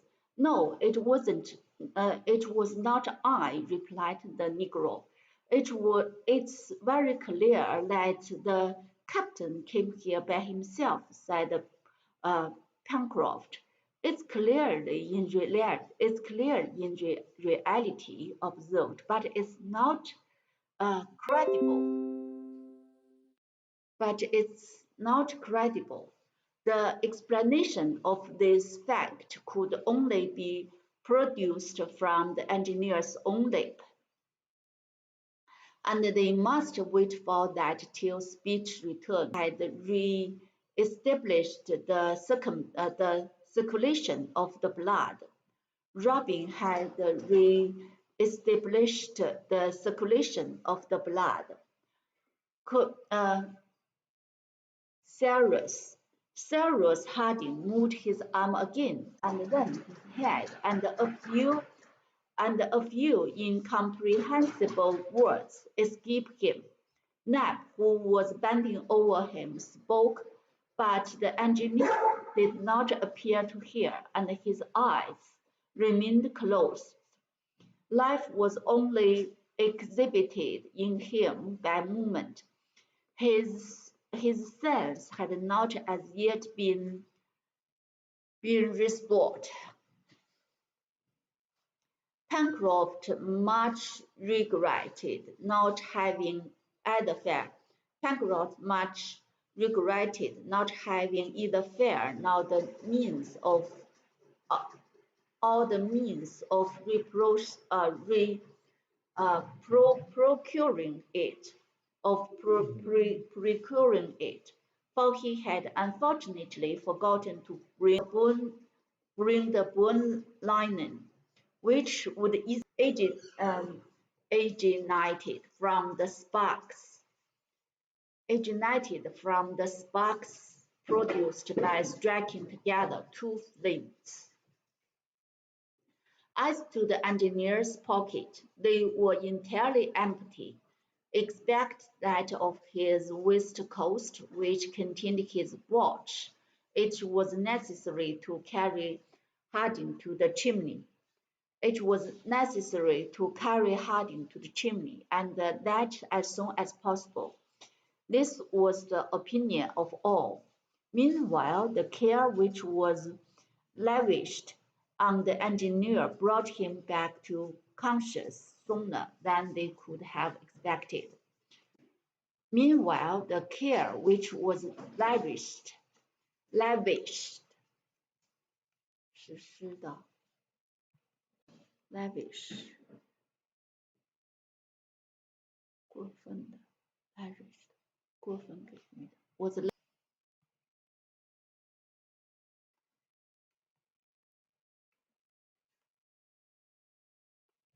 was lavished on the engineer brought him back to consciousness they could have expected.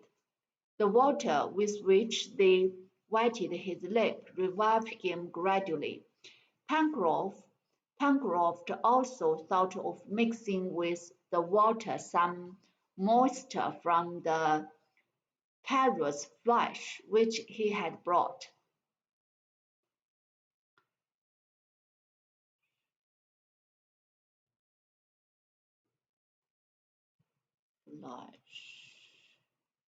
Okay. Let's see what carrots. Is that Songji? No. Tetra. Let's see. No.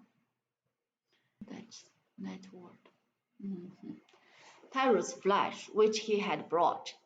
Herbert ran to the beach and returned with two large bivalve shells. The sailor concocted something which sailor concord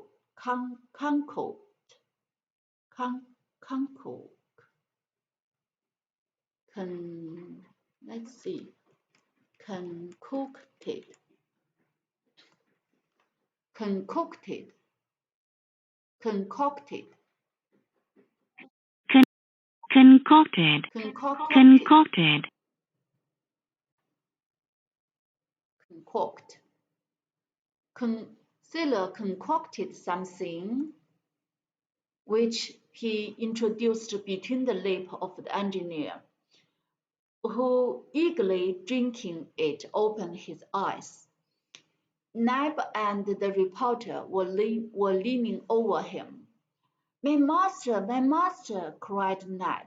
The engineer heard him. He recognized Neb and Spilett. Then his other two companions and his hand slightly pressed theirs. A few words again escaped him, which showed what thought were. Even then troubling his brain. This time he was understood. Undoubtedly they were the same words they had before. He had before attempted to utter. Island or continent, he murmured. Bother the continent, cried Pencroft hastily. There is time enough to see about that, Captain. We don't care for anything, providing you are living. Provided you are living. The engineer nodded fitfully and then appeared to sleep. They sleep, and the reporter began immediately to make arrangements for transporting Harding to a more comfortable place. Nab, Nab Herbert, and Pencroff left the cave and directed their steps towards a high mound crowned with a few distorted trees.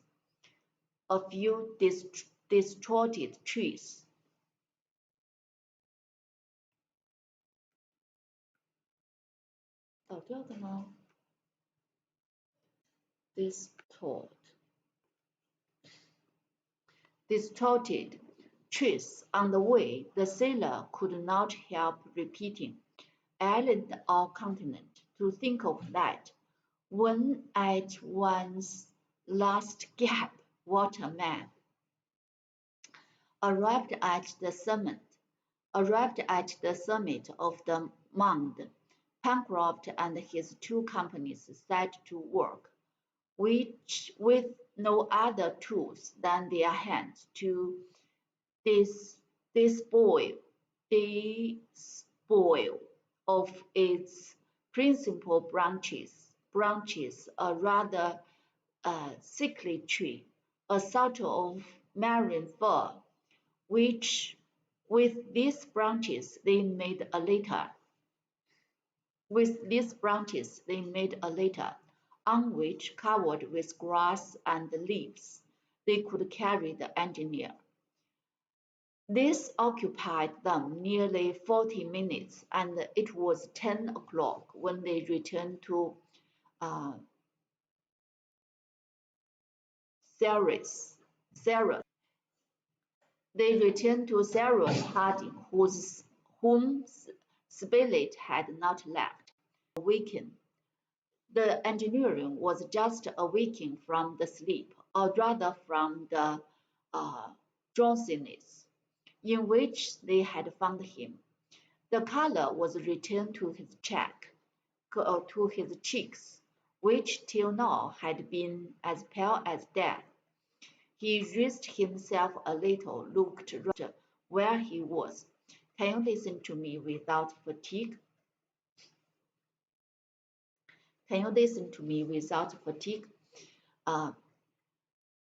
Cyrus asked the reporter. "Yes," replied the engineer. "It's my opinion," said the sailor, "that Captain Harding will be able to listen to you still better, if he will have some more goose jelly, for we have goose, Captain," added he, presenting him with a little of this jelly, to which he this time added some of. Cyrus Harding ate a little of the goose, and the rest was divided among his companions, who found it but a meagre breakfast, for they all suffered extremely from hunger. "Well," said the sailor, "there is plenty of food at the chimney." "There is plenty of food at the chimneys, for you must know, Captain,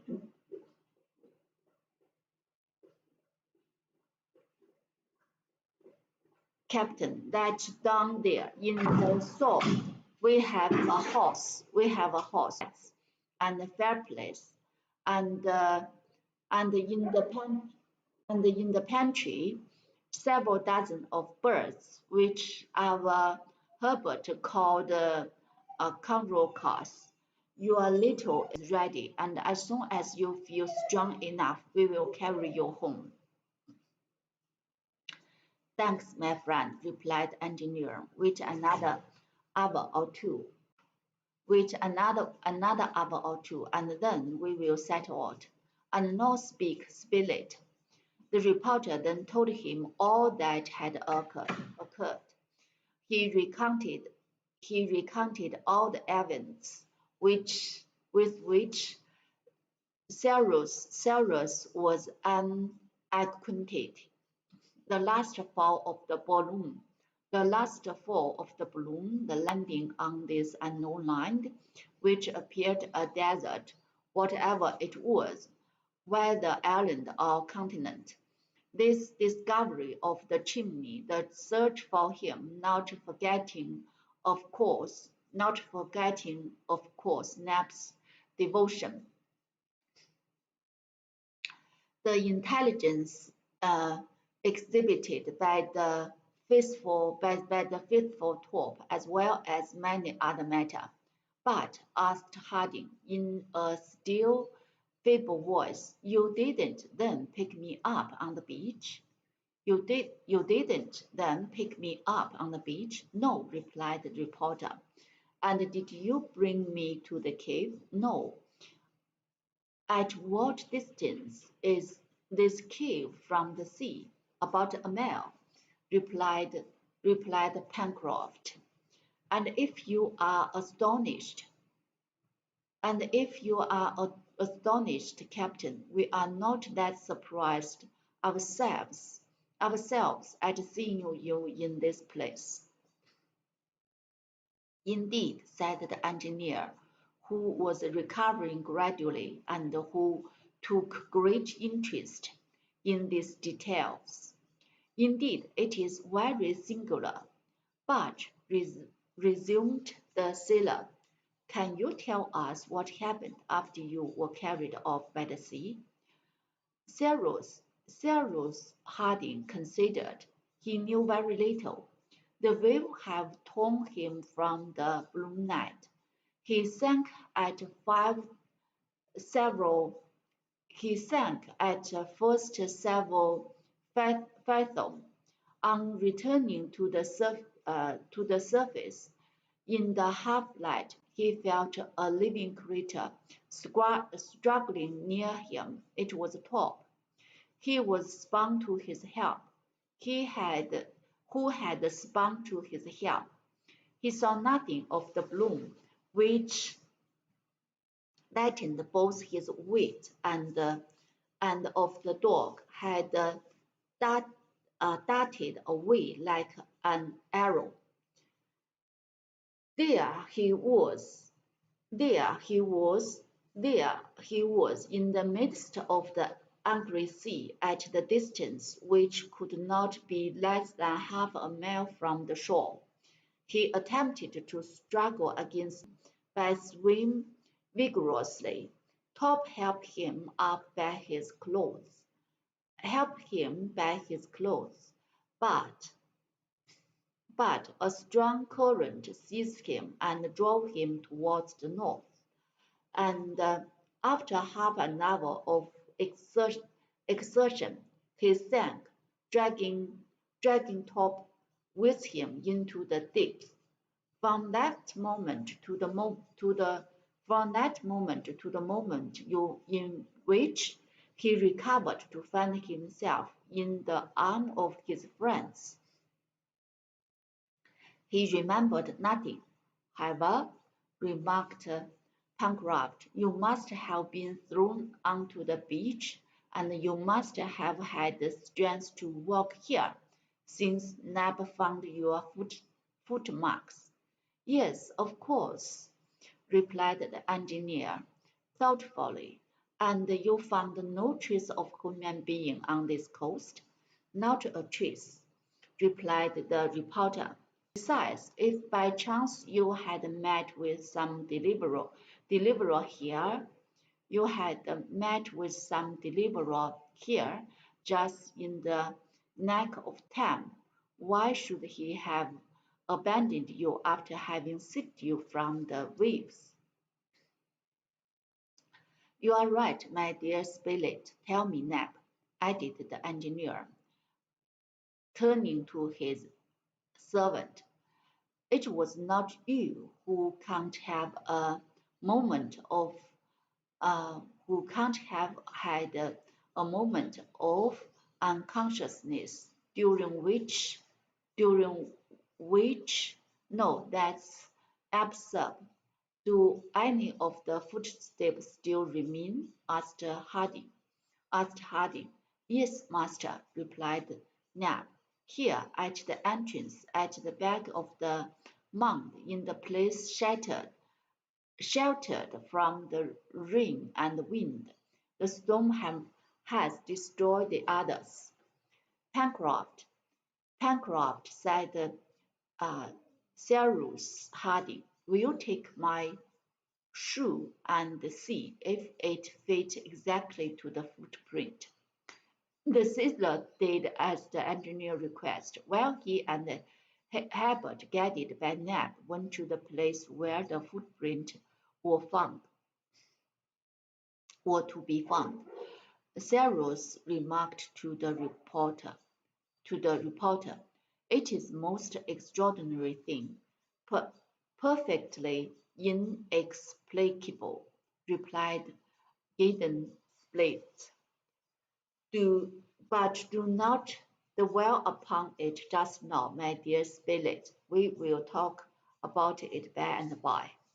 A moment after the other entered, it was no doubt about it. The engineer's shoe fitted exactly to the footmarks.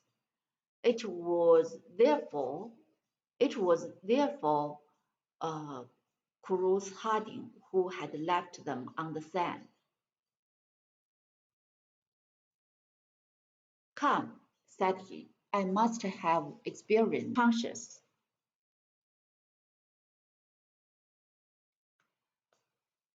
Like a somnambulist, without any knowledge of my step, and Top must have having dragged me from the wheel. Come, Top, come, old dog. The magnificent animal bounded barking to his master, and the caresses were to lavish on him. Were lavish 部分的 lavished on him.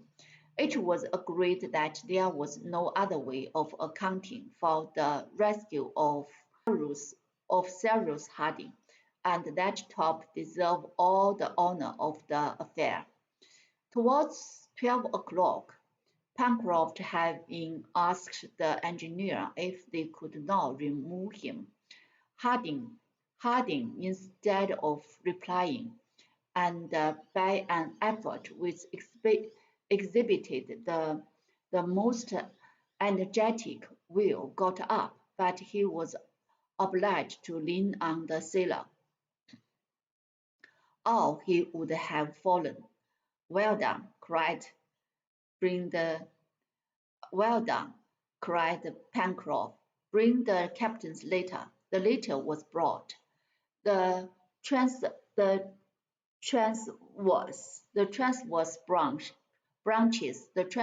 branches had been covered with leaves and long grass.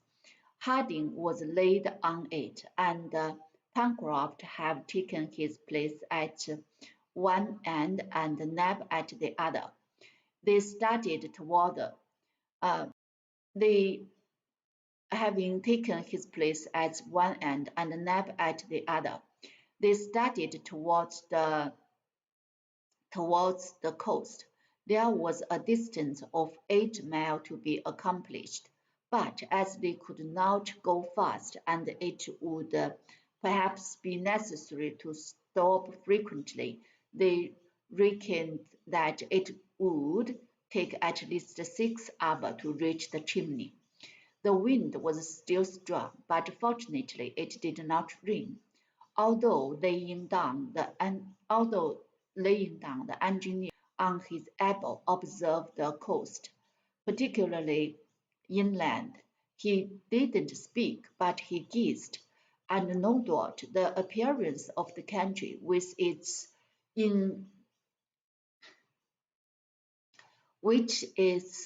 inequality, which its equality of ground, its forest, its various production, were impressed on his mind. However, after traveling for 2 hours, fatigue overcame him. He slept. At 5:30, the little band arrived at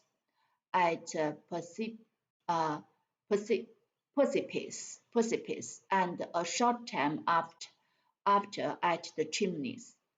They stopped, and the letter was placed on the sand.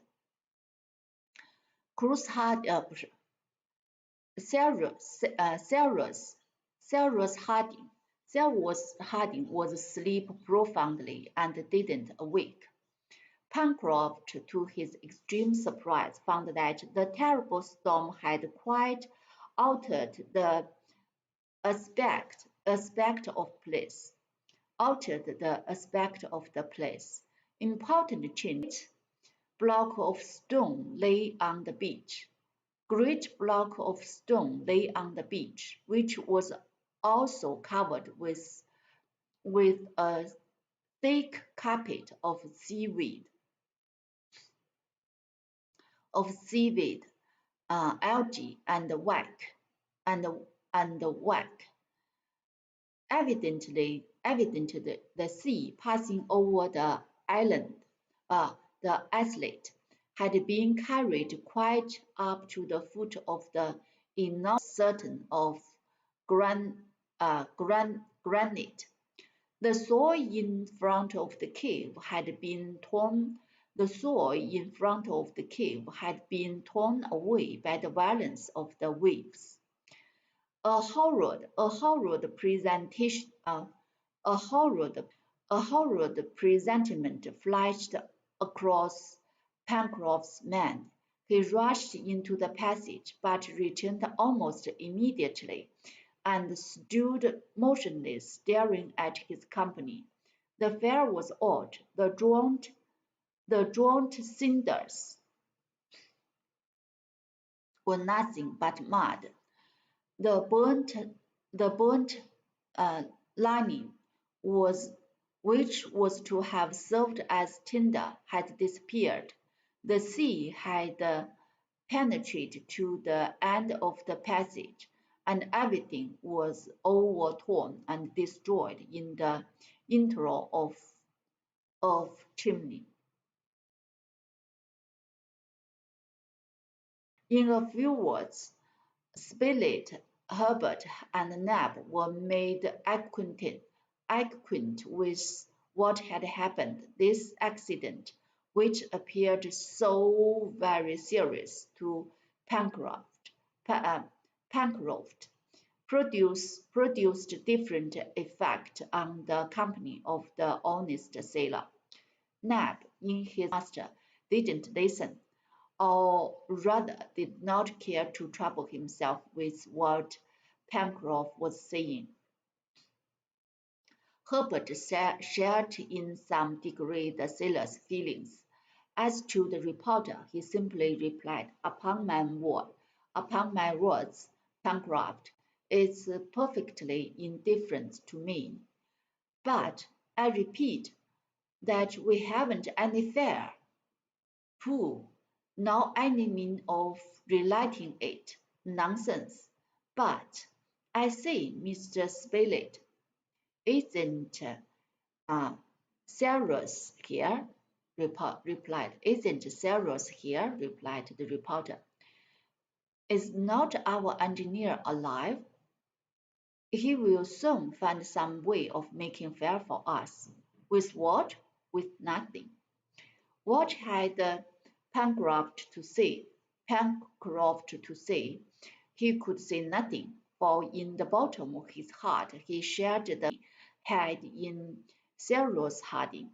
The engineer was to them a macrocosm, a confound of every sense, a possessor of all human knowledge. It was better to be with Cyrus in a desert island than without him in the most flourishing town in the United States. With him, they could want nothing. With him, they could want nothing. With him, they would never despair. In this brave man had been told that a volcanic, they had been told that a volcanic eruption would destroy the land, that this land would be engulfed in the depths of the Pacific. They would have imperturbably replied, Cyrus is here. Imperturbably replied. They would imperturbably replied. While in the palanquin, however, the engineer had again relapsed into unconsciousness, which the jolting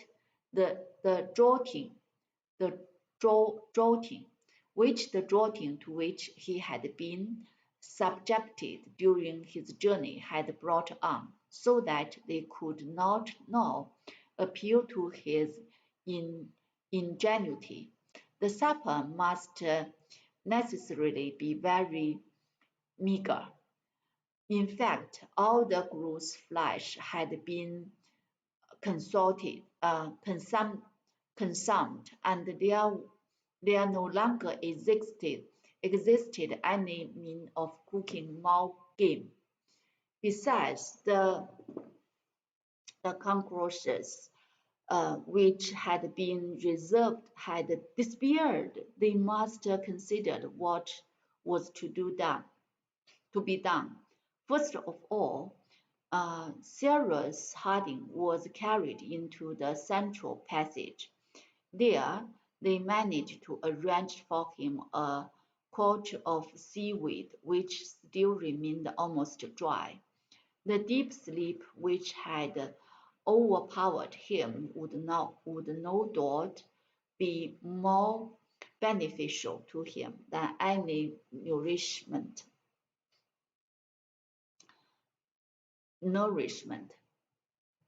Night had closed in, and the temperature which had modified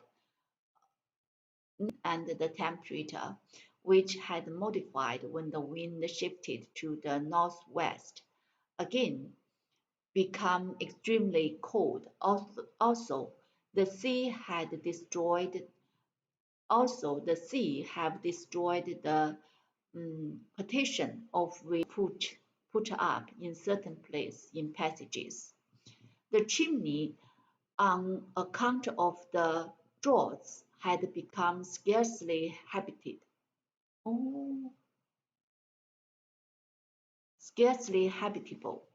The engineer's condition would therefore have been bad enough if his companions had not carefully covered him with their coats and waistcoats.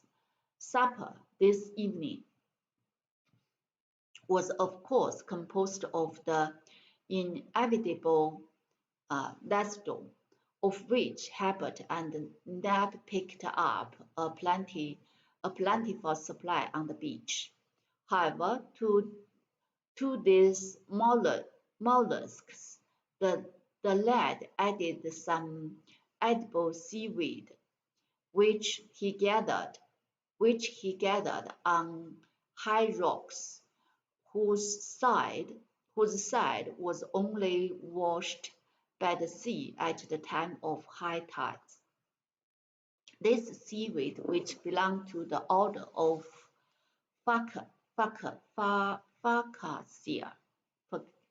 Fucasia, of the genus Sargassum, produce, when dry, a gelatinous matter, rich and nutritious.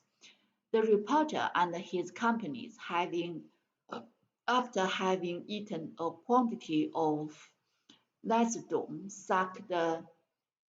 sucked the sargassum, of which the taste was very tolerable.